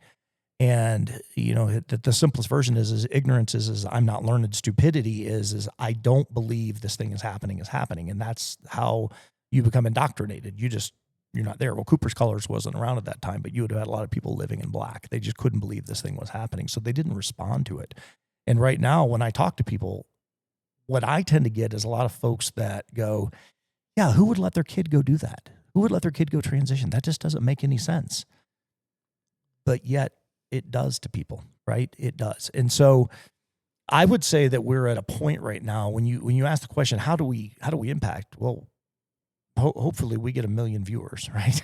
And at the end of the day, there's 1 million people out there listening to this that go, wait a second, I'd never thought of that before. I hadn't looked at it through that lens before. Or maybe I've been silent when I should be saying something. Or maybe I should be talking to a congressman or whatever that whatever is, however you're going to deal with your thing or whatever is important to you. The first step starts with engagement. To say nothing is to do nothing. So if your belief is, well, somebody else is going to solve the problem and I don't need to cast a vote, well, we just saw what happened here in House Bill 1312. It won, and it won by overwhelming majority. Even though there were people out there talking, there weren't enough people out there talking, and there certainly weren't talking from the churches. There were a lot of pastors out there that said nothing about this stuff. And if you're not going to start with the protection of children, the abomination of children, the castration of children, where do you start? I mean, I don't know what's more serious than that. To me, there's nothing. I can't come up with anything on the face of the planet or anything scripturally that's a warning of all warning. That's fire and brimstone. That's a millstone around the neck for eternity if you harm a child. And yet here we are passing laws to not only harm, but hold people accountable that stand against it. So right now it's a voice. Right now it's you and I talking. What is the next step? I'm not sure that I know what the next step is right now. Hope, prayer that people wake up and ultimately start speaking out against this stuff in greater volumes. But outside of that, I mean, you can't go physical. You can't go ramrodding into a organization or an agency. You certainly can't go around waving a gun and doing something stupid. I mean, we got to approach this thing through a loving approach, through some discernment. But at the end of the day, I think it starts right here. I think it starts with conversation because there's just not enough people conversating. The State House Capitals on that 1312 day, there were about 1,000 people down there. 1,000 people. There's 350,000 people here in Douglas County. There's millions of people in Colorado. There's maybe 1,000 people down there that day. That's just sad to me. That's sad. But that also tells me where we're at. I think we're afraid. I think people are afraid, and I think they also pass the buck and they assume somebody else is going to do it. That's my long-winded answer. Well, that's a good answer because it definitely, I think, brings us to a point to discuss is we kind of opened up with talking about earlier in this conversation. Are people just afraid to talk about some of these more sensitive topics? Well, who made them sensitive? Who decided that it was going to be uncomfortable? I think that the uncomfortableness and I think that the sensitivity around a lot of these topics are simply because it hasn't been talked about. Mm-hmm. People have, I think, a large majority of people, and perhaps at times you and I have even been guilty of doing this as well, as we'll say, oh, that's horrible. But just saying, "Oh, that's horrible," isn't enough. Well, it's kind of like saying, "I'll pray for you." Exactly. Right. Now, if you drop to your knee and you give a wholehearted prayer for that person that you say you're going to pray for, I put that in God's hands at that point in time. But when I say I pray for you, sometimes I forget. Sometimes I get busy, or sometimes I'll go, "Oh, that's bad." But to your point, yeah. There's got to be action behind words, and I think so. that the thing that we've been tricked into, in a lot of society is exactly what you said, that somebody else will do it. Somebody else will take care of that. That'll never pass. That doesn't even make sense. No, somebody else will do it. And I think that there's got to be conversations like this and other conversations that happen that make people realize this is the only world that you're going to have an opportunity to live in. Sure. It's not up to somebody else. I get it. Life is busy. I get it. In America right now, you can still pretty much live a decently cushy life. You don't really have to really get outside of your bubble. You can just have your house in the suburbs, have your job, and just come home, have barbecues on the weekend, watch TV, have a good little picture perfect life in some regards, in some people's definition. But what about the world around you? What about the world that you're leaving to your kids and their kids? It's time. There's got to be a call to action. It's not my problem. But it has to be. Yeah. That's the perspective I think that we're going to have to get back to, is that we've got to do what we're supposed to in this life. We can't just expect that it's all going to be done and it's all going to be okay. And I think there's a lot of people that have been raised in good homes. They've been raised with good values. And I believe that because of their upbringing, because of their life being pretty good, not tons to complain about, that it comes with this comfortable territory of, well, it was okay for me, it'll probably be okay because somebody was doing it at that point, so people are just going to continue. But I think that there's been this kind of a little bit of a loss of voice. And I believe that this last election cycle, we did see some people wake up to it. And I just think we saw some people really understand we really do need to actually stand up and try to get this country on a different path. But that's really just the start. Right. You know, there's got to be action behind words. We've got to actually get out there and live our life in a way that doesn't only just benefit us, but benefits those around us, benefits those who are going to be after us. And I think that just having these conversations and encouraging other people to have these conversations, normalize having conversations, make it common to talk about things that are uncomfortable because they shouldn't be uncomfortable. We should be able to talk. That's the only way that as a country, I believe that we'll ever be able to pull together again and realize, okay, whether you want to do that, whether you want to believe that, doesn't matter. Right. We're on the same team. We have one flag, the American flag, that we're all citizens of, and we're all on the same team. Right. Well, without communication, there's no connection. Without connection, there's no relationship. And I believe at the end of the day, that's why we see a 60% divorce rate. I believe we see a lot of brokenness in the country. I believe that's why you see social media. You could throw a post out and put one thing in there and have 25 people just disagree with you instantaneously because of the word you picked, whether it has any substantive value or not. They're just going to argue with you. So, I've said, I don't know, at least for the last 10 years on multiple podcasts I was interviewed on and easily in the hundreds, if not thousands of conversations, I said, I think cell phones will be the downfall of mankind. I genuinely believe it to be the case. Just wait till August 29th, 1997 hits, right? But I believe James Cameron had it right in Terminator. I believe that Disney Pixar had it right in WALL-E. And there's other movies that are out there, but they really clearly defined, and Terminator was so far ahead of its time. It came out, I believe, in 84. I know I was in high school. That movie was so epic to me at the time because it was just cool. But when you stop now and you have perspective, again, right? Not opinion, perspective. I can look backwards and go, wow, James Cameron literally must have been prophetic because he predicted the future. He predicted right where we're at right now. And when I look at society and I look at Microsoft's study they did, I think it was from like 07 to 15 on attention span. And it went from, oh my gosh, I'm making up a number, but I think it was something like 30 seconds down to like 8 seconds. And that was in 2015. I haven't seen a recent study, but I would bet we're down less than half that. to where people just can't, we're distracted. There's no attention given. How in the world do you have a conversation? How in the world do you sit down with somebody? I don't know how many times this has happened to me, and I'm sure it's happened to you. So from the business front, I have a lot of meetings, and I will have dudes that will walk in, immediately set a phone down in front of them, facing up. We'll start a conversation, 30 seconds to a minute in the conversation, something will go off. They'll pick up the phone and start dealing with it. And I go, so I thought we were here having a you and I conversation, a meeting, a business meeting or whatever. Now, that might be a little bit different between friends, but at the end of the day, I still stand on the fact that I think phones are going to be the downfall of mankind because we are so distracted right now. And everything that we get is fed from that phone, and it's all from one source, right? It's Google. Like the number one search engine result on Yahoo is Google. It's like, how'd you like to be the CEO of Yahoo knowing the number one search on your website, on your platform is Google? That's hilarious to me. And it's sad at the same time because we have developed ourselves into a one source indoctrinated, this is where we go society. So everybody's like, I Googled it, right? Now it's an actionable term. Well, how do you know what you're Googling is even right? Like sitting in front of me right there. So we have your Bible and my Bible. That's technically, that Bible sitting there right now is my dad's Bible. And it's not so much that I pick that Bible up and read it. I use mine, but I brought that one with me because that Bible sitting there is 64 years old.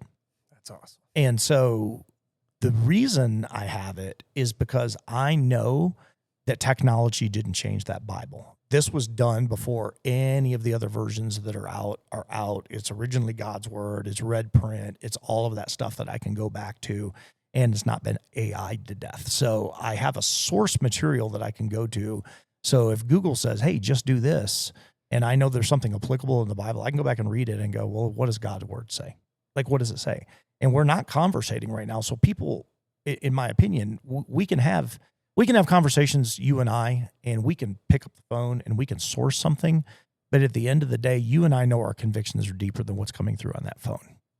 And right now, I believe we've lost that in society. So when you ask me, what do we do?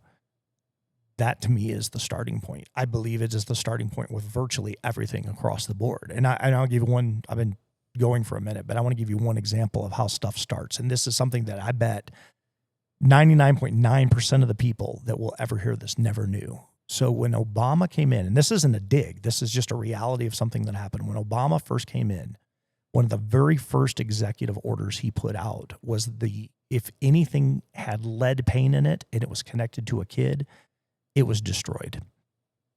A lot of people didn't know that happened. They're like, well, what's the ramification of that? What's the big deal? So if you or Yamaha, Honda, Suzuki, Polaris, whatever, and you made a 110cc motorcycle or ATV, you had to send it to the scrapyard. You could not sell it. You literally had to take tens of millions of dollars of produced material people built, and you had to throw it away because it had lead in the paint. Like the kids were eating the frames of motorcycles, apparently. So I bring that up because when you look backwards at it, it seems almost stupid to even talk about. Like, well, wait a second. Like I would understand that if it was like a baby crib or a kid's chew toy or something, that they're playing with. But at the end of the day, we're throwing away motorcycles. I bring it up for this reason. When you start with something insignificant and you want to make a change, you boundary probe and you eventually get to the next thing and then the next thing and the next thing. Well, that was way back in 2008. So here we are almost 20 years down the road. And what are we boundary probing right now? If you ask me how they're correlated, is because when you test the boundary and you push the boundary, you go to the next thing. And then people forget that boundary. People forget that because the motorcycle industry found a way to get around it eventually, or the law changed or whatever happened. Now they're selling small motorcycles again. I don't know who did it. I don't know who made it happen, but it took years to put it into process to have those units be available for sale. What's interesting to me now is we're talking about the castration of kids. That started as boundary probing just a few years ago during the COVID timeframe. Now it's law here in Colorado. Nobody cares about lead paint in motorcycle frames anymore. We've moved the ball so far down the field. We've moved the goalpost so many times that nothing shocks anymore. So stuff like lead paint seems like a bygone whatever. Who cares, Micah? That's the dumbest thing ever. Well, at the time, if you were in the motorcycle industry and you were gainfully employed and you lost your job because you were creating that stuff, or you were the the industry that also created the helmets or the gloves and all these other things. It's like, wait a second, we just lost our entire product line because somebody put an executive order in that said no lead. And here's the ramifications that come with this no lead order. While the intent might have been good, what ends up happening is the byproduct is bad. Now we're dealing with it in human lives in a way that is just unfathomable to me. I mean, it's absolutely unimaginable, and yet here we are. It's unconscionable, and here we are. So we've got to talk. We got to understand what the purpose is behind all of this, of why we need to talk, and we need people to take action. I just don't know how to get people up off of their couches, away from their phones, to go do this stuff. You and I can do it. Jiu-jitsu. Is that what it is? Jiu-jitsu? That's my answer. Yeah. That's always that's going to be my go-to answer for a lot of those hard questions. But Jiu-jitsu. No, man, I know a little bit of something about lead paint because of one of my other professions. And lead-based paint is a no-no on houses with FHA loans. So Sure. if they see peeling paint, they're going to ask about it. They're going to want it scraped. They're going to want it repainted. I didn't realize that lead legislation had led over to the motorcycle industry. Of course, I was younger whenever Obama was in office, so I probably wasn't really keeping up with a lot of that, but that's pretty fascinating to hear. But going back to what we're talking about, and you brought up the Terminator, and it's fun to watch a action-packed Hollywood movie like that, and a lot of people have speculated and even joked or had even serious conversations about AI, computers being our downfall. And I think that what people maybe are hopefully going to start to realize is there's not this big robot that's going to come through the door trying to tear you apart. Yeah. But what is becoming pretty apparent and evident is that even probably not so subtly, computers, technology, AI, it is starting to weigh heavily on a lot of the downfall, the deconstruction of society as it's meant to be. Now, right now, we're still in early stages, and I do think that there's incredible applications, and I've used them, and you've used them. Yeah. AI is amazing, but I think that as being that one source kind of minded, it's cool that we've got a couple different sources duking it out right now. Yeah. But everybody knows that the big kid on the block is ChatGPT. Yeah. And what I remember from early on in ChatGPT, I think it's been patched since. I haven't tried it, so I can't really verify without doing it right now. But earlier on, whenever you would ask ChatGPT to make you you could ask it to make you an image of Jesus, and it wouldn't do it. And then you'd ask it to make you a picture of the devil, and it would do it. Right. Seems pretty intentional. Sure. It seems like, wow, somebody really was intentional going in there and putting this specific code into ChatGPT. Right. And that's got to get some people some alarms, some red flags there. That's a little bit creepy, to say the least. It is, but it's widespread in the development. Again, you said intent earlier, and you just confirmed it. It is intentional. It's absolutely intentional. So, I mean, that leaves us all with a decision to make on, do we believe what we believe? How far do we go with that belief? Do we just cut ChatGPT out of our lives? We just switch 100% to Grok, the maximally truth-seeking AI. The thing is the tools are so useful, and they are helpful with productivity. They're helpful with cutting time down for all kinds of different things, PowerPoint presentations. I don't have to do any of that stuff anymore, just able to use and leverage AI to help with all that kind of stuff, which is amazing.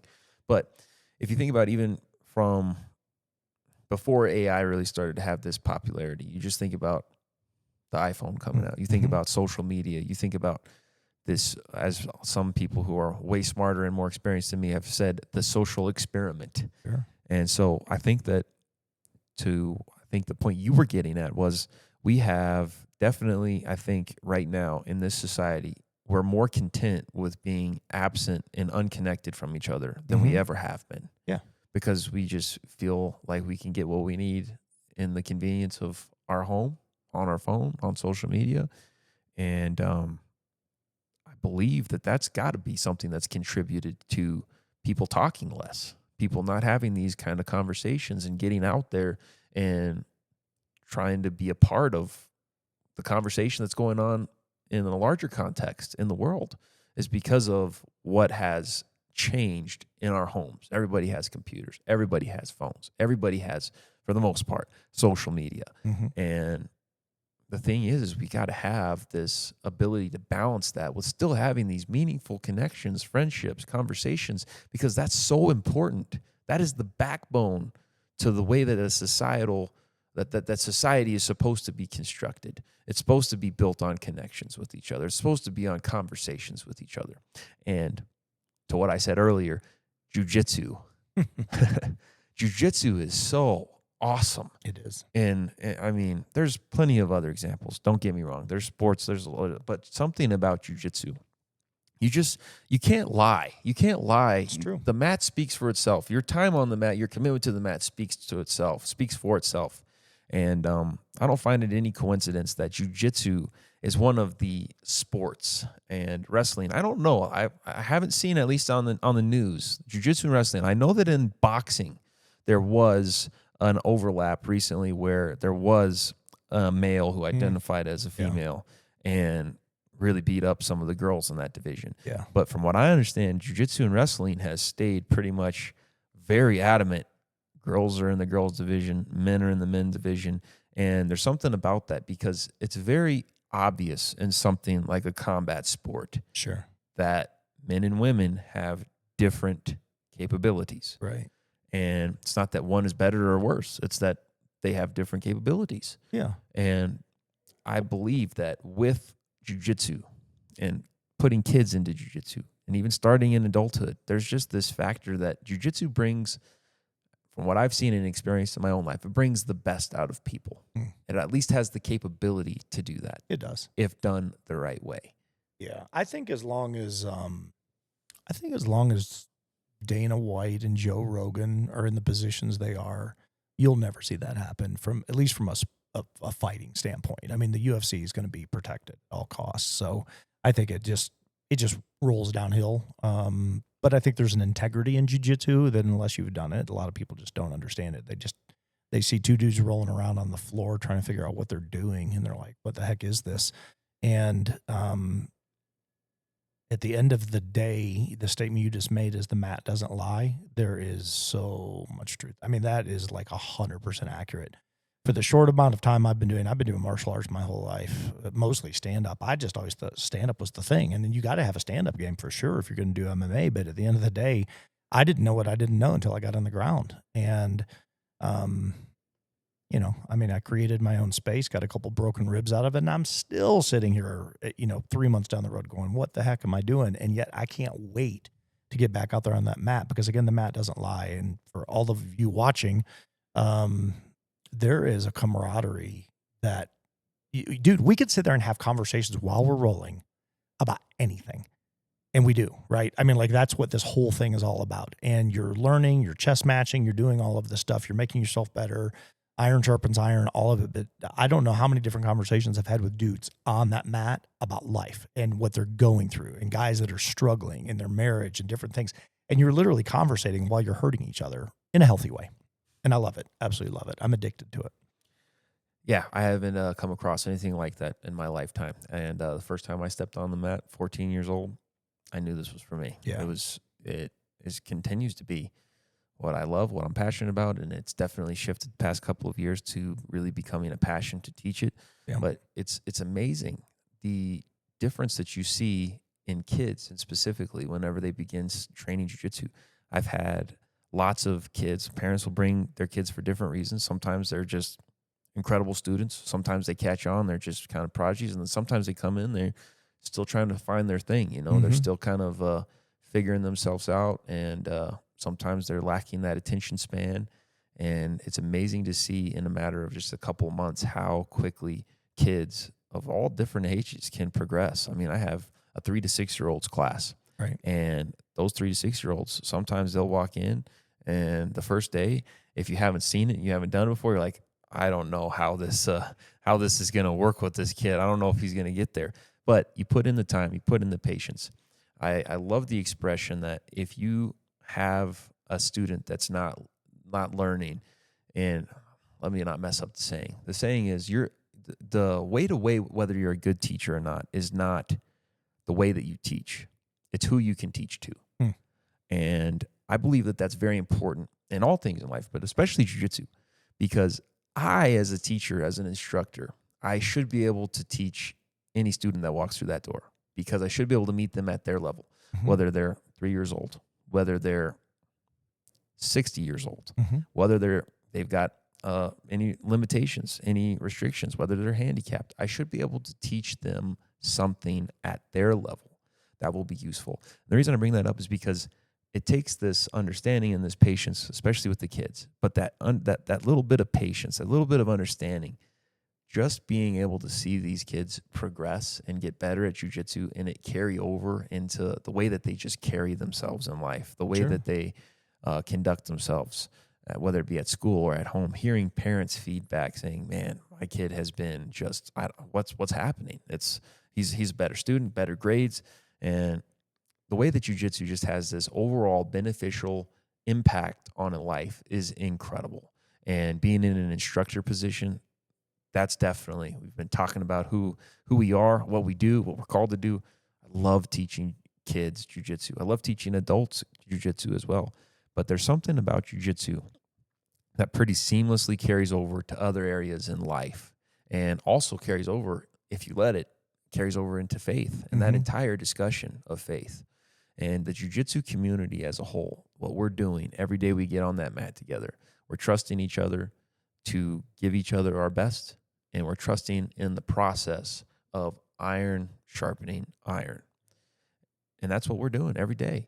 And that definitely carries over, obviously. Iron sharpens iron. It's funny you said that, because I was almost going to interrupt you and ask you how does it translate with what you stand for, what you believe in when you're out there on the mat, and you just answered it. But it is interesting watching the progression now. So I'm in coming into year 2, and I will tell you, I feel like a kid. I'm 56 and I feel like a little kid right now. I get out there on the mat, and guys they're tapping me. They can do whatever they want to do with me because of their ability and their years that they've put into it. And yet I don't walk away defeated. I walk away encouraged every single time. And I believe that translates down to what the kids see as well. So, a lot of that comes from the coaches, obviously, but it also comes from just the relational component that's in it. And, we started talking about the gym, the podcast. We transitioned over into the transitioning world, if you will, pun. But there is so much truth in what is being done in this gym right now, and gyms all across the country. You're building a foundation that not everybody completely understands, and not everybody that comes out of this is great. Not everybody that comes out of this is going to be a hero or hit a home run or going to be the greatest kid. They're just not going to. People make life choices as well. But I would say the overwhelming majority of every single person that I've met in this gym, from young to old, are integrity people that are coming out here just doing jiu-jitsu because they love doing it. They love the camaraderie. They love helping each other out. That's why they show up on work days and do stuff or teach classes, whatever it may be. And when you asked earlier, like, how do we impact society? What do we do? Well, part of it is through this amazing sport called jiu-jitsu. Some of it is through firearms and instruction and what I teach. Some of it is through Bible studies. Some of it is through church. Some of it is through small groups. Some of it is through coffee meetings. But you got to have the conversations. You got to be willing to get in front of it and have the conversations, and taking that first step and just saying, hey, what do you think? Don't make it political. Don't make it a fight, but get an understanding that is going, because grassroots is where it goes. I think the simplest example that I could give, and we as business owners, we all know this to be true. You could have 100 great reviews and you see one bad one on there, and everybody focuses on the bad, right? Like they look at that and they go, oh, he got 1 star. He did it. Well, that's where we're at in society in so many cases. It's like we have so much good, and yet it's so easy to focus on the bad because the bad gets the attention. It's shiny, it's bright, it's sparkly. It's that thing that I want to cling to. I want to put my opinion in on it. So you got to have something that counterbalances that. Jiu-jitsu counterbalances that. To me, firearms counterbalances the way we instruct, the way we teach. Many of the things that I just mentioned counterbalance it, but you got to be willing to have the conversation. And that to me is what this is about. This podcast is about. It's just having conversations, one, about important topics. But we want to incorporate what it is that we're doing. And to me, it's not about being right. It's not about being preachy. It's about making people think. It's about waking people up and saying, hey, here's what's happening out there. Whether you agree with what I'm saying or not is a distant second. It's what do you see? how are you engaging in this? Because if it just comes down to, I don't care, that's fine. There's other podcasts to listen to. But if it's about, hey, actually, I do care about this, and I wasn't aware of some of these things that were going on, and I do want to be informed, we're going to do our best to bring that to you, but from a daily carry standpoint. That's a perfect point to make to lead us to another discussion right now, and that is the bill that was just passed in Colorado that is very heavily but suppressing or oppressing our rights in Colorado, and it is got to be the worst ever seen to date as far as legislation against Second Amendment rights in Colorado that just passed. And remind me, that was House Bill. What's that one? That's I don't 25. Yeah, I believe it was 25. Yeah, that is, from what I understand, it's going to be in effect in August of 2026, right? So it's not in effect yet.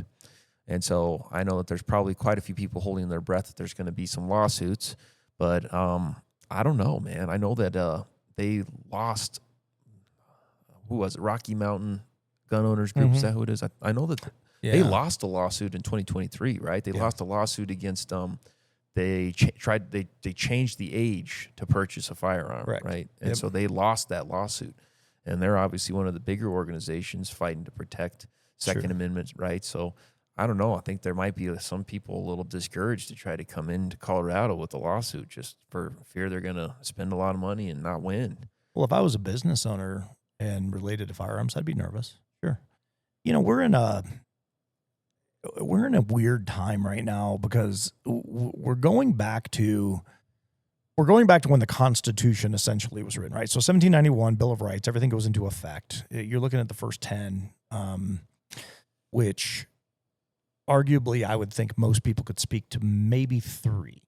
I bet most people could not tell you what's inside of the Bill of Rights if you asked them. And most people throwing around the First Amendment and their right to voice their opinion in many cases don't even realize what the First Amendment starts with. And so freedom of speech is touted, but it's actually not even the starting point. And we as a country, if you go over into, I've traveled the world.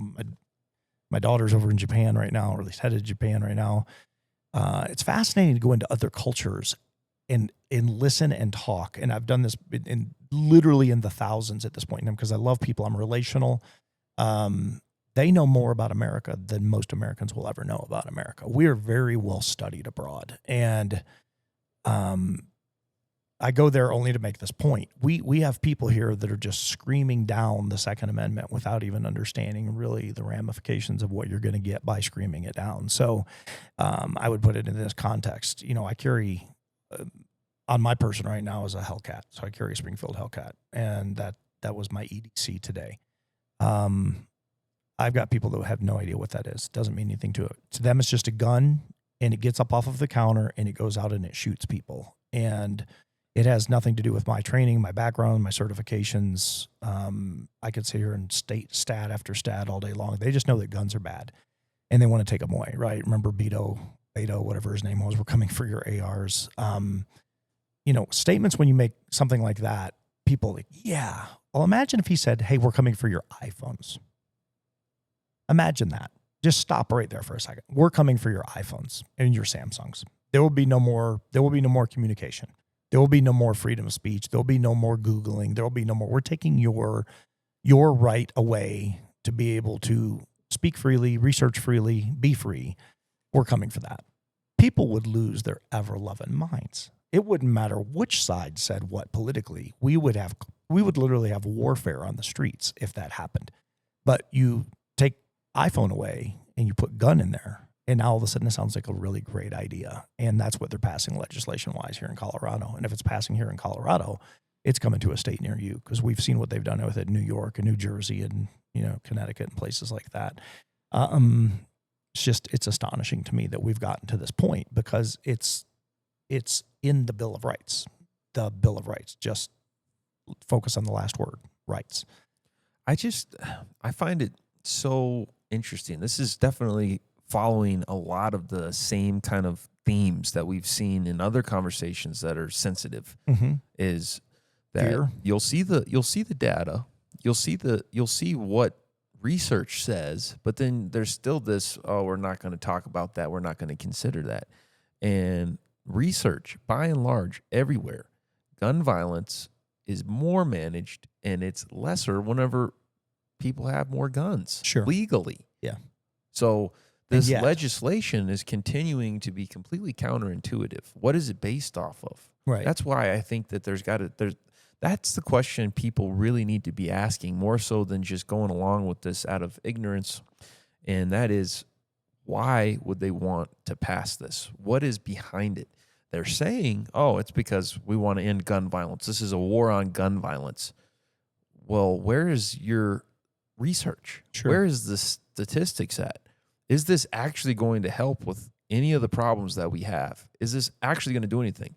We just recently in Colorado, a couple weeks ago, last week, I think actually, in Boulder, have a guy who just attacked the crowd with Molotov cocktails. Yeah. What are you going to do? Go back to prohibition? No more alcohol? Right. No lighters? I mean, if people want to act with malice and attack people, you know what would have been good is for somebody to be armed or otherwise at least be trained and in a position to be able to take that person down before he caused more harm. Well, why do you think he went to Boulder to do it? Exactly. Because it's probably one of the most gun-free or one of the most gun-restricted places, honestly, if you're going to look at it by and large, in the nation. Sure. So I'm glad you brought that up because I want to ping on a point for a second because people are going to be like, well, you guys are just advocating shooting them. Yeah, I am. I'm absolutely drop dead looking into the camera saying that guy should have gotten smoked when he started throwing fire at elderly people on purpose, knowingly, willingly, and intentionally, which, by the way, is written into almost all Colorado laws. Here's the however factor. I think a lot of people think gun people are nuts. I'm not a 2A guy from the standpoint of run around with a gun. The gun's going to solve everything. In fact, most of what I teach is don't ever go to the gun. You de-escalate, disarm mentally, verbally.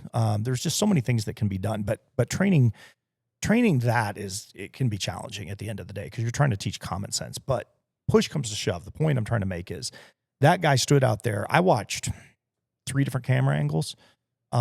I could have gone to Walmart, bought a broom, come back over, taken the end of it off, and taken a broomstick and gone over there in the amount of time that guy stood out there and nobody interfered. And you can take guns out of the equation, pick up a rock, go over, get 5 people to look at each other and go, okay, let's hit him from 5 different angles and take the guy down physically and detain him.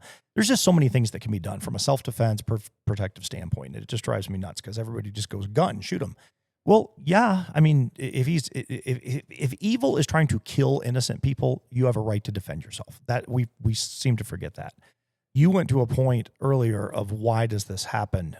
I go to the thing that I said earlier about stats. Or not stats, but reviews. So if you get 100 good reviews on the Rock Jiu-Jitsu, and you don't have any bad ones, by the way. So let me just clarify that. But if somebody came in and wrote a bad one, people focus on the bad, right? So, issues that we've had around this country, and I'm not even going to get into the specifics of the names because there's controversy behind it. It doesn't really validate my point any. But what I want to get to is when we have something where somebody dies by perceived gun violence and it's law enforcement related, the whole world is screaming defund the police. They're attacking. We're seeing what's happening in LA right now.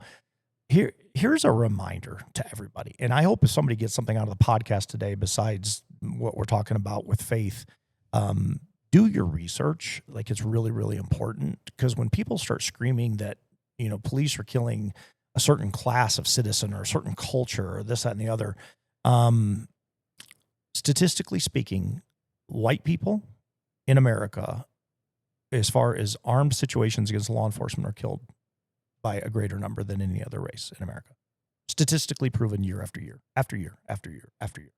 Secondly, when we look at officer-involved stuff, so I wish there had been an officer up there to stop this guy with the Molotov cocktails. I wish there had been somebody present. But at the end of the day, we as citizens have a right to stand against evil and do what we got to do to get that stopped.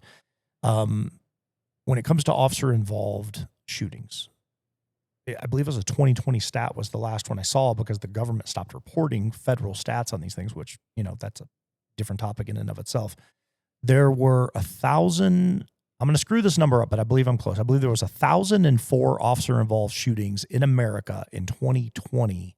And of that 1,004, 864 were cleared instantly. As in, like, people saw the video, like, there's no doubt the cop had to do what he had to do at that point in time. Of the remaining number, it was down to like 18 nationwide incidents. One of those became very notable, very, very notable, and it started a whole movement. What people forget on the other side of that stat is there was 102 million calls for service nationwide.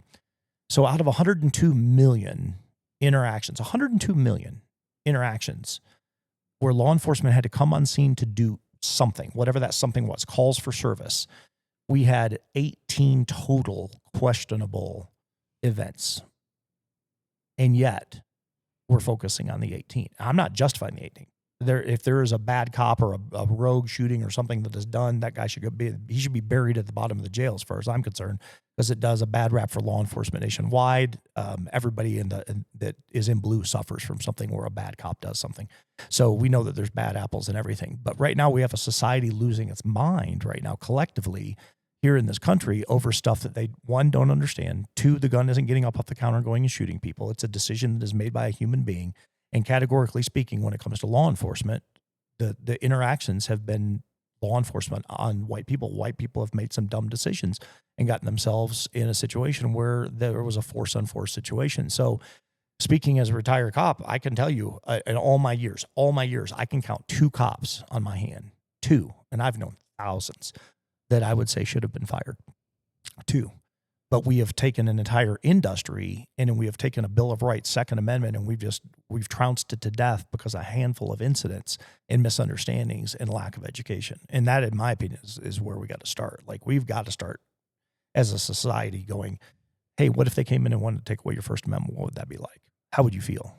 Would you be okay with that? And I think everybody would say no. And then I'd go to the Fourth Amendment and go, hey, what if we made it legal just to come in and search you anytime we want and at any time with you have no say? You think people would get on board with that? No. Well, why is the Second Amendment the issue then? When the stats categorically disprove all of the theories across the board, over and over and over. I think that it is very important to approach these topics with reminding the people listening that our position is we overcome evil with good.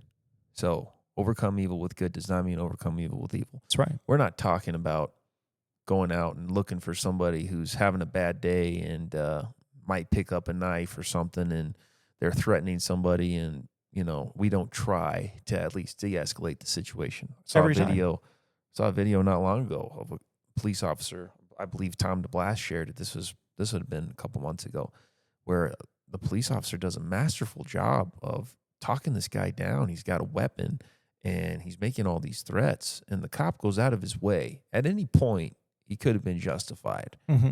He could have been one of those videos, one of those incidents, one of those calls, as you just said, where he could have just put the guy down and been done with it. Right. But he went out of his way to care about this guy. And you could hear him talking to this guy on the video saying, hey, man, you don't want to do this. Trust me. Right now, I'm telling you, you must be having a bad day. Something's going wrong. Let's just talk. Why don't you just talk to me? Just put that down and let's just talk, man. Right now, it's not very bad for you. You can come back from this. Right.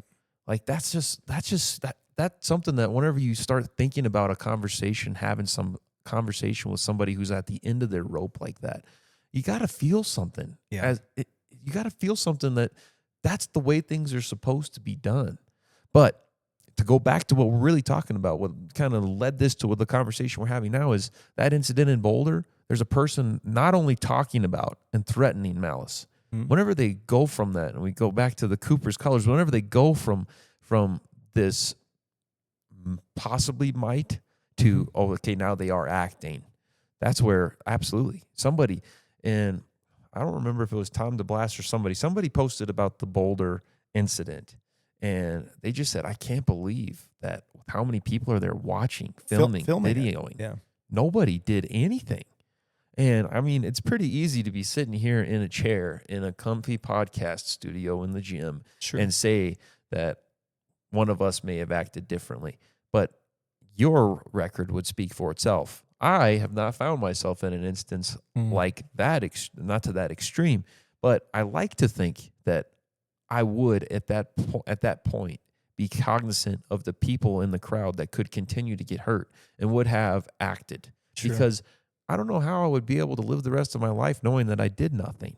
Obviously, you being former law enforcement, having instances, I know that you recently told a class that you taught about an instance where you de-escalated a situation here locally at Walmart. Mm-hmm. And maybe you could just talk about that. That was a perfect example of exactly what we're talking about. Well, I'll gladly share, because it's one of those things that can happen all in an instant. It was, I've taught it in self-defense class. My qualifier, and I'll give you a quick second before I share this. One of the things that you just said is really important. So my entire career, people come up to me and they're like, "Oh man, you were like 1,000 entries in SWAT." Yep. Like 400 car chases. Yep. I was in one of the most volatile areas in America. They're like, "Did you have to shoot anybody?" No. I've never pulled the trigger and shot a human being in my life, ever, not once. And they're like, "Wait, what?" Okay, let me say that again for you. No, you de-escalate, you talk, you communicate, body language, eye contact, respect. It goes both directions. You can walk up on the most volatile human being and de-escalate them with your eyes if you stare at them long enough and talk to them with your eyes, much less your body language, much less your voice. There's just so many things that can be done. It's just hard to teach that stuff, right? So a lot of that comes from experience. Some of it comes from training. A lot of it just comes from what you're born with. Some people are just naturally, they have that capability. Other people don't, but they have their own specialties that they do. But the deal that happened in Walmart was interesting because it was here, it was local, and people were like, "Oh my gosh, there was a guy in Walmart that was going to kill somebody." Yeah, there's people all over the place that are going to kill people all the time. They just don't do it. This particular situation just unfolded fast. It was Christmas time deal. Guy cut in front of another chopper, and they got into a verbal exchange. And within the way I would compare this, because I don't want to go through the whole story. It's kind of long-winded, but it's kind of like when you're driving down the freeway and somebody cuts you off. You have an option to go, he cut me off, and just keep driving.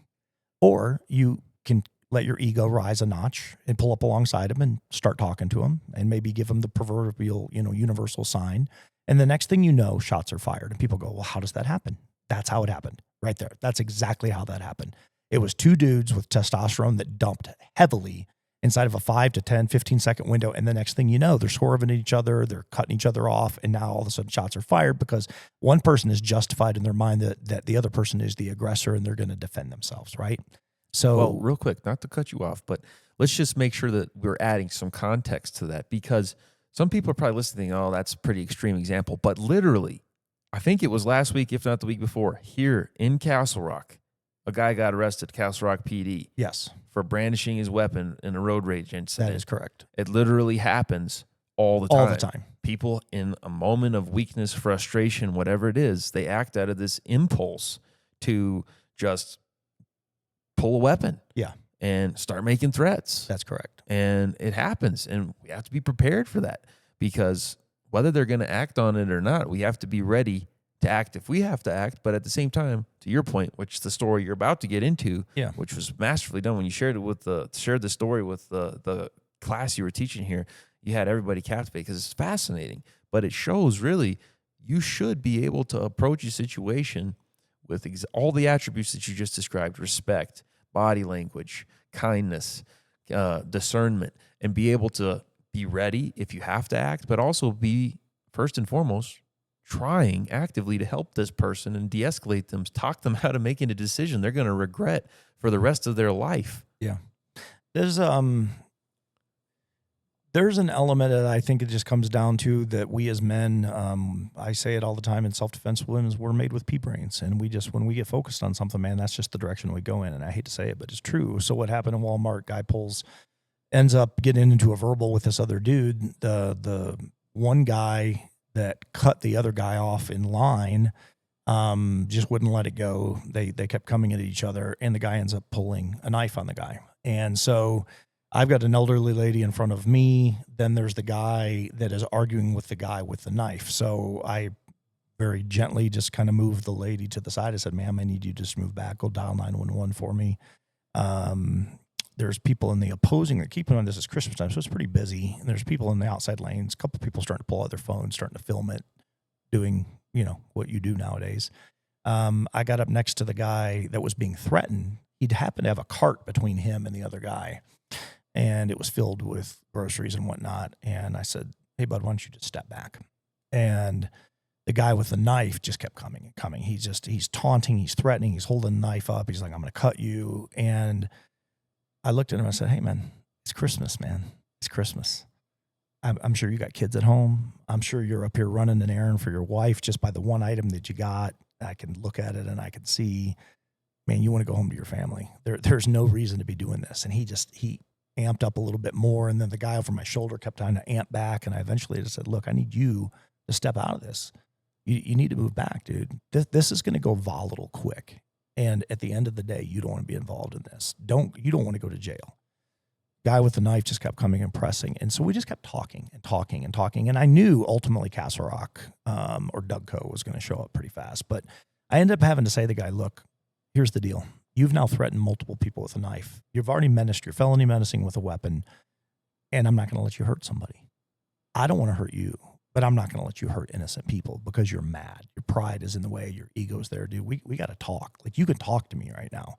And the crowds kind of moved away. And the long and the short is the guy ended up getting hooked. But I can tell you, had I not been there, and I'm not saying this in arrogance, had I not been there, if somebody else didn't step in and do what I had done in communication, that guy either would have killed, stabbed, or maimed in some way, shape, or form at least 2 different people, because there were people that were coming up to him trying to defuse him, and it just escalated because then they got mad when he didn't comply. And people say, "Well, how does something like that happen?"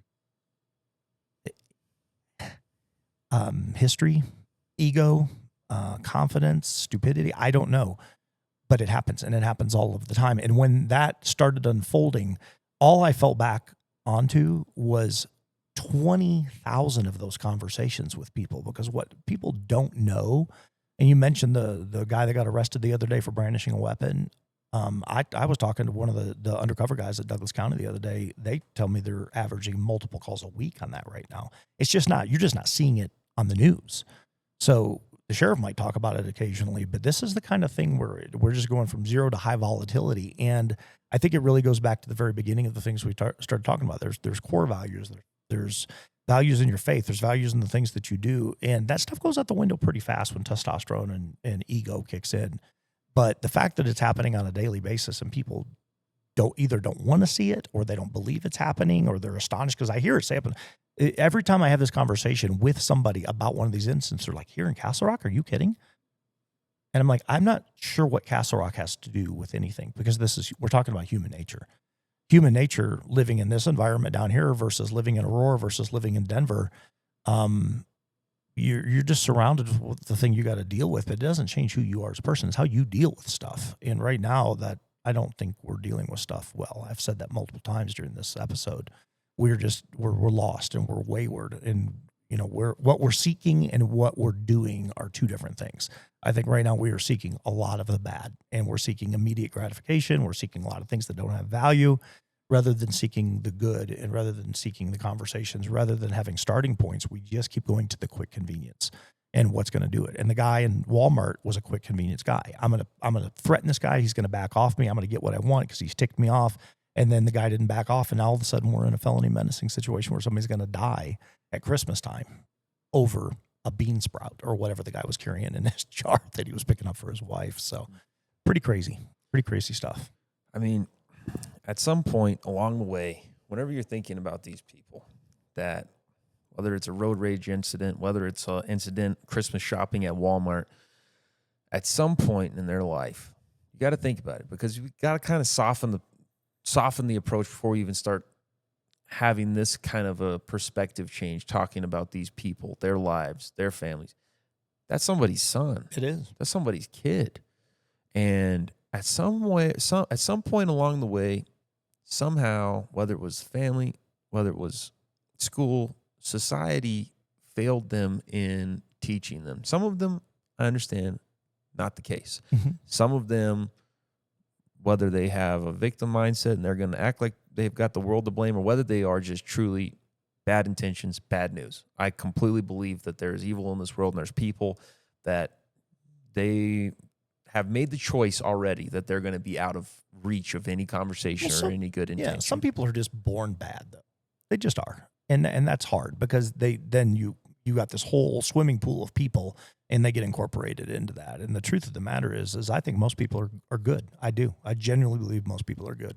Seems like there's a country song that says something like that.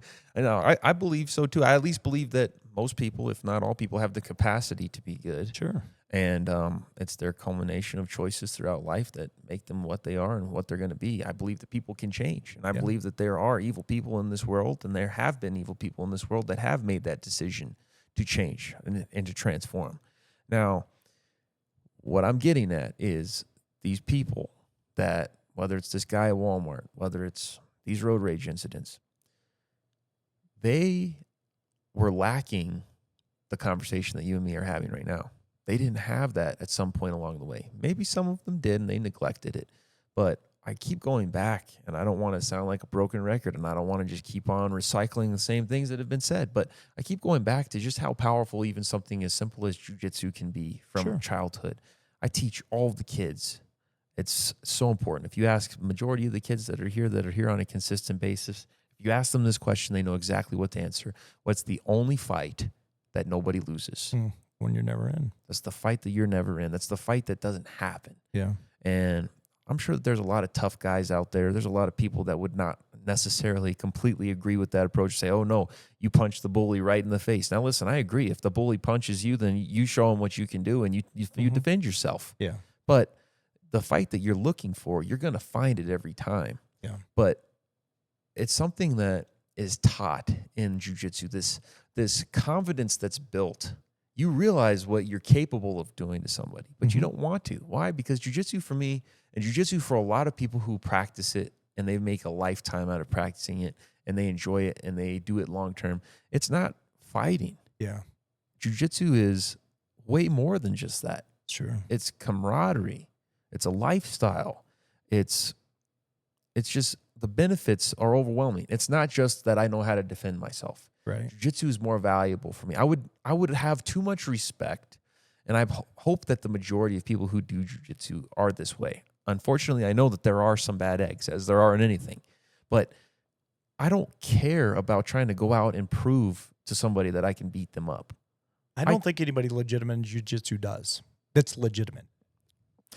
Now, I've been in the sport long enough to see there are some people who carry themselves looking for a fight. Sure. I've seen black belts who carry themselves that way. I've had bad experiences myself. I mean, if you go to kids tournaments in jiu-jitsu, there's a lot of times coaches that get way overheated over kids matches. It's like, dude, you're being a bad example even just to the kids. Like, carry yourself in a respectable way. That's why I said legitimate. Because legitimate matters. Because if you're in it to do that, you're in it for the wrong reason. That's the bad cop to me, right? Like you if you're badge heavy and you go out there and you're enforcing the thus saith because you say it and not because the reason we're in it and enforcing law to keep communities safe, then you're in it for the wrong reason. That's why I said I can come up with 2 in my entire career that I would have gotten rid of, because the vast majority of everybody does the de-escalation thing that you're talking about. So jiu-jitsu to me, and I cut you off and I apologize, but at the end of the day, you're spot on. And I don't think that there is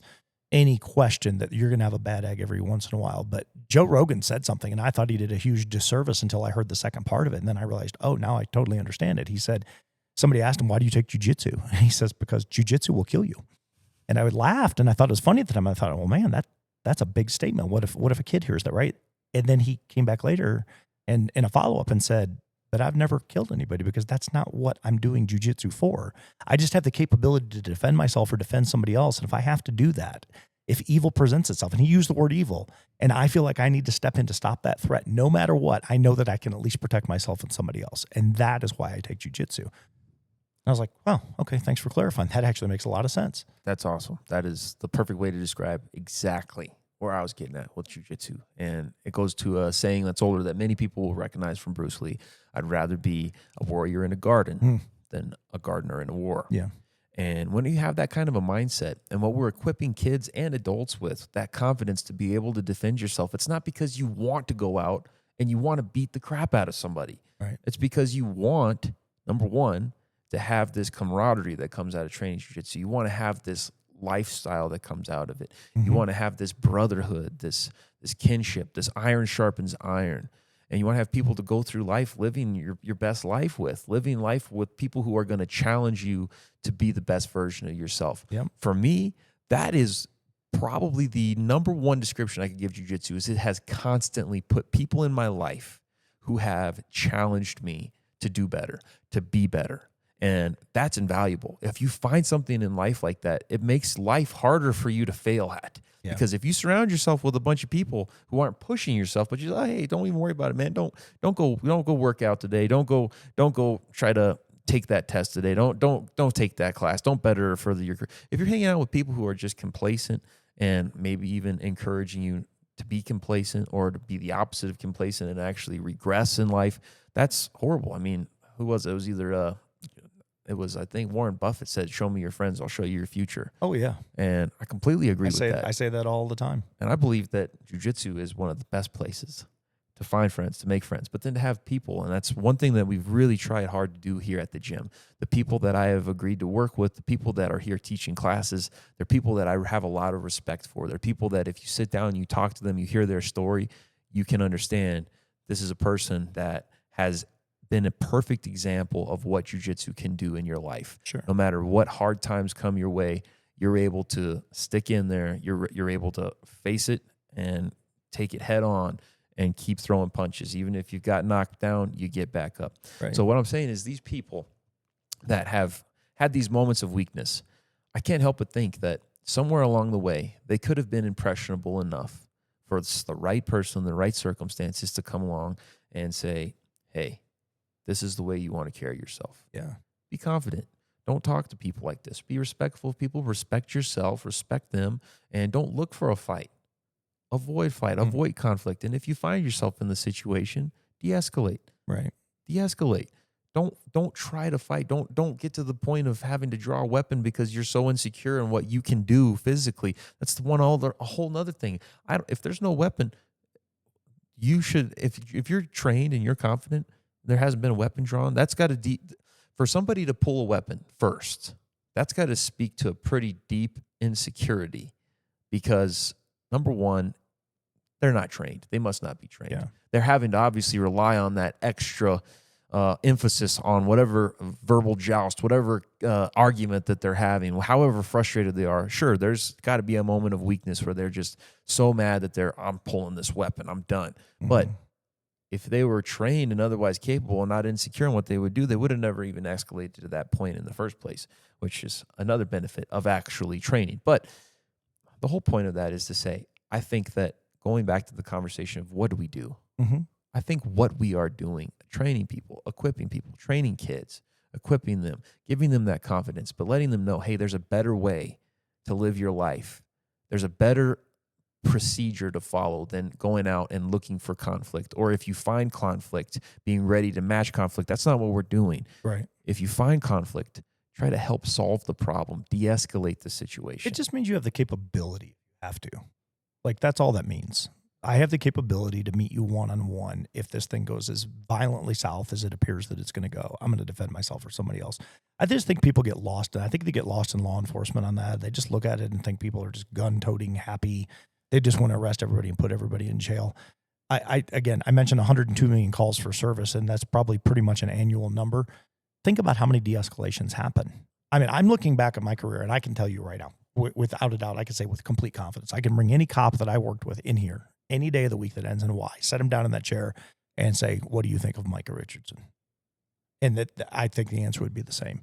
He never went out looking for anything, but he always produced. And at the end of the day, that to me was the best that I could do, because it wasn't about, it was about enforcing law, but it was always about relationship. Every interaction that I had, I can say with the utmost confidence, I started with, hey, I just want to make sure that we're having a conversation before we even get into anything that is law-based. Let's just have a conversation and let's just start there. And it is amazing. That statement just de-escalates people right out of the gate, because they're coming in hot. They're coming in mad. They're coming in with an expectation. They've dialed 911. You show up on scene, and I was only a street cop for a short period of time. I did mostly undercover fugitive stuff, but at the end of the day, it doesn't change the fact that the interactions were always the same. And if you treat people well, they will receive you well for the most part. Every once in a while, you're going to get a hard head, whatever. You got to deal with it. But I do look back at my career and I go, I just wanted to end well. Every single scenario, I wanted people to know that they mattered until they couldn't matter anymore, because there's just some people that are just going to, nope, all bets are off and they're going to do whatever they got to do to get away with the thing they're going to get away with it. Fine, then we'll deal with it. But at the end of the day, I could easily say in the highest percentage of the calls that I ever went on, they always ended well. I never spent one day in internal affairs and I never had a complaint. I never had a complaint. Not in my entire career did anybody call in and go, I want to complain on him. And I look at that and I go, well, I think I must have done something well. And I think a lot of that came from the training of the guys that gave it to me, because the very first person that I had, and I'll throw a shout out right now, Vern Coxwell was his name. He was my first FTO. And the first thing he did is he took me the very first day, he dropped me off at the courthouse. The first day of training, I was excited to be a cop. I'm like, I'm on the street. Let's go. He's like, yep, we're going to go. He drives me down. It's 9 o'clock in the morning, drops me off at the courthouse. He says, I'll see you at 5 this afternoon. I went, what? He goes, yeah. He goes, go inside the courthouse. And I'm like, what am I supposed to do? He goes, watch cases of cops on the stand. And whatever you do, don't do what they're doing. I'm like, that's it? Like, that's my training for the day? I did that for 2 days, and I can tell you I learned everything not to do on the stand, which also then translated of what not to do on the street, because sometimes you make really dumb mistakes. And at the end of the day, I never had a complaint and I never lost a case. Vern Coxwell was a genius. He literally said, before I teach you anything, go learn the things not to do. And I went, oh, so how does that translate? I can go back to my childhood and go, my dad was an abusive, raging alcoholic who beat the crap out of me, divorced my mom, abused my mom, did all sorts of bad things. He taught me all the things not to do. The takeaway from my old man was, yeah, don't do that. And when he died of cirrhosis of the liver at 47 because he drank himself to death, I don't drink. If I have a beer, it's once every month. I don't have that draw, because my dad taught me something that was so bad that I just pendulum shift the other way. The same thing happened in law enforcement. And I'm proud of that. That's something that meant something to me, because I wanted to carry a legacy of not, was he a runner and a gunner and a go-getter? Yeah, I did that in SWAT. I did that in Fugitive. But at the end of the day, I wanted to be remembered for something that I did right, not something that I was, I don't know, go fast, if you will. What you just said just made me realize and remember so perfectly that what I was getting at, what do we do and where are we going? How do we change this? How do we help people? And the whole point of the people who are committing these crimes, having these bad days, pulling these weapons, making these mistakes, missing these opportunities for transformation or change in their life. You just nailed it. And I know you personally, so I know that Vern Coxwell is not the only person who had a positive impact on your life. But that is a perfect example, a perfect way to talk about what we can do. We got to step up to the plate and be that next Vern Coxwell for somebody to show them, all right, you want to know what to do? Well, let's start with, don't do it this way. Yeah. And then I know you, because I know your story. I know your testimony. I know the upbringing you had. I know the impressions that you had in the church that were good, that were positive, that made you hold on to your faith rather than abandon it. And we have two different testimonies, two different approaches and perspectives, really, that are really similar in a lot of ways, but we have a lot different upbringing. I was raised in a pastor's home. I got a long lineage of pastors before my dad. My dad's dad's a pastor. His dad's dad. It goes back. My mom's dad's a pastor. So I've been raised in faith. And I understand that you were raised in faith too, but had really bad experiences, had a rough... That's a different story, different time. Rough experiences in even your household. So it's a great example to see, okay, here's somebody who society has failed. Familiar construct has failed. But these other people, these other influences, and number one, we can't just keep on giving credit to just people, because we know that at the end of the day, it's not just people. It's more important than that, and that is it's God having a way to continue to put the right path before our feet, but then using the people who have chosen to stay on that path themselves to then turn around and help lead others. And I've heard from you, different mentors as you were growing up that have helped you stay the course. And it's a perfect example that for you, you had those good influences to make sure that you went down the right road. So these conversations, and what we're doing with this podcast, and what we're doing every day, teaching classes and instructing and just having these conversations with people, I have to believe that whether this podcast ever blows up or not, that we are making a difference just by having this conversation with each other, and then having the conversation continue as we finish the podcast. Every time that we hit stop on the record button and we take this same conversation, we go keep having that conversation with other people on a daily basis. We have that conversation with students. We have that conversation with people that we meet, whether it's at a coffee shop because we see somebody wearing a jiu-jitsu shirt or whatever it may be. That is how I believe we make a difference, is by making these connections with people and having these same conversations with people and being that influence that can lead somebody to making the right decisions and not going down the path of making decisions that they're going to regret for the rest of their life. You hit on something that I think ends this well, and we've talked about a lot today, and it's been good. Jesus was followed by 12, and they didn't all support him. They didn't all stay with him all the time, and they didn't, fill in the blank. If you know your history, if you read the Bible, heard the sermons, then you know what I'm talking about. But I want to make this a little smaller for a second. The man that influenced the world, that more people have argued about and fought about and believed in and don't want to believe in, keep filling in the blanks, right? Different religions by the thousands, et cetera, is all because of one man. And at the end of the day, he was followed by 12. And, I'd like to have a podcast that's followed by millions, to be honest with you. But at the end of the day, I'm also, I can tell you my circle of, if you looked at a bullseye, this is my circle. So I've got my wife and kids in the middle and God. The next circle are two dudes that have the keys to the kingdom. If I die today going home, they take care of Jaina, my family, everything is set.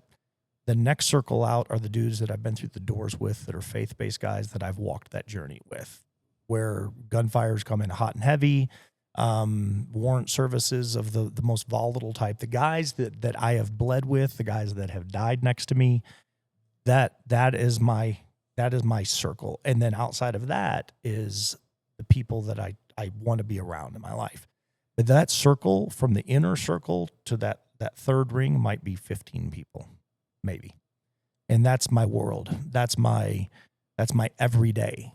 That next ring out could have hundreds of people in it that I connect with, I communicate with. There's peers, there's constituency, there's speaking engagements, there's relational. It's not Facebook.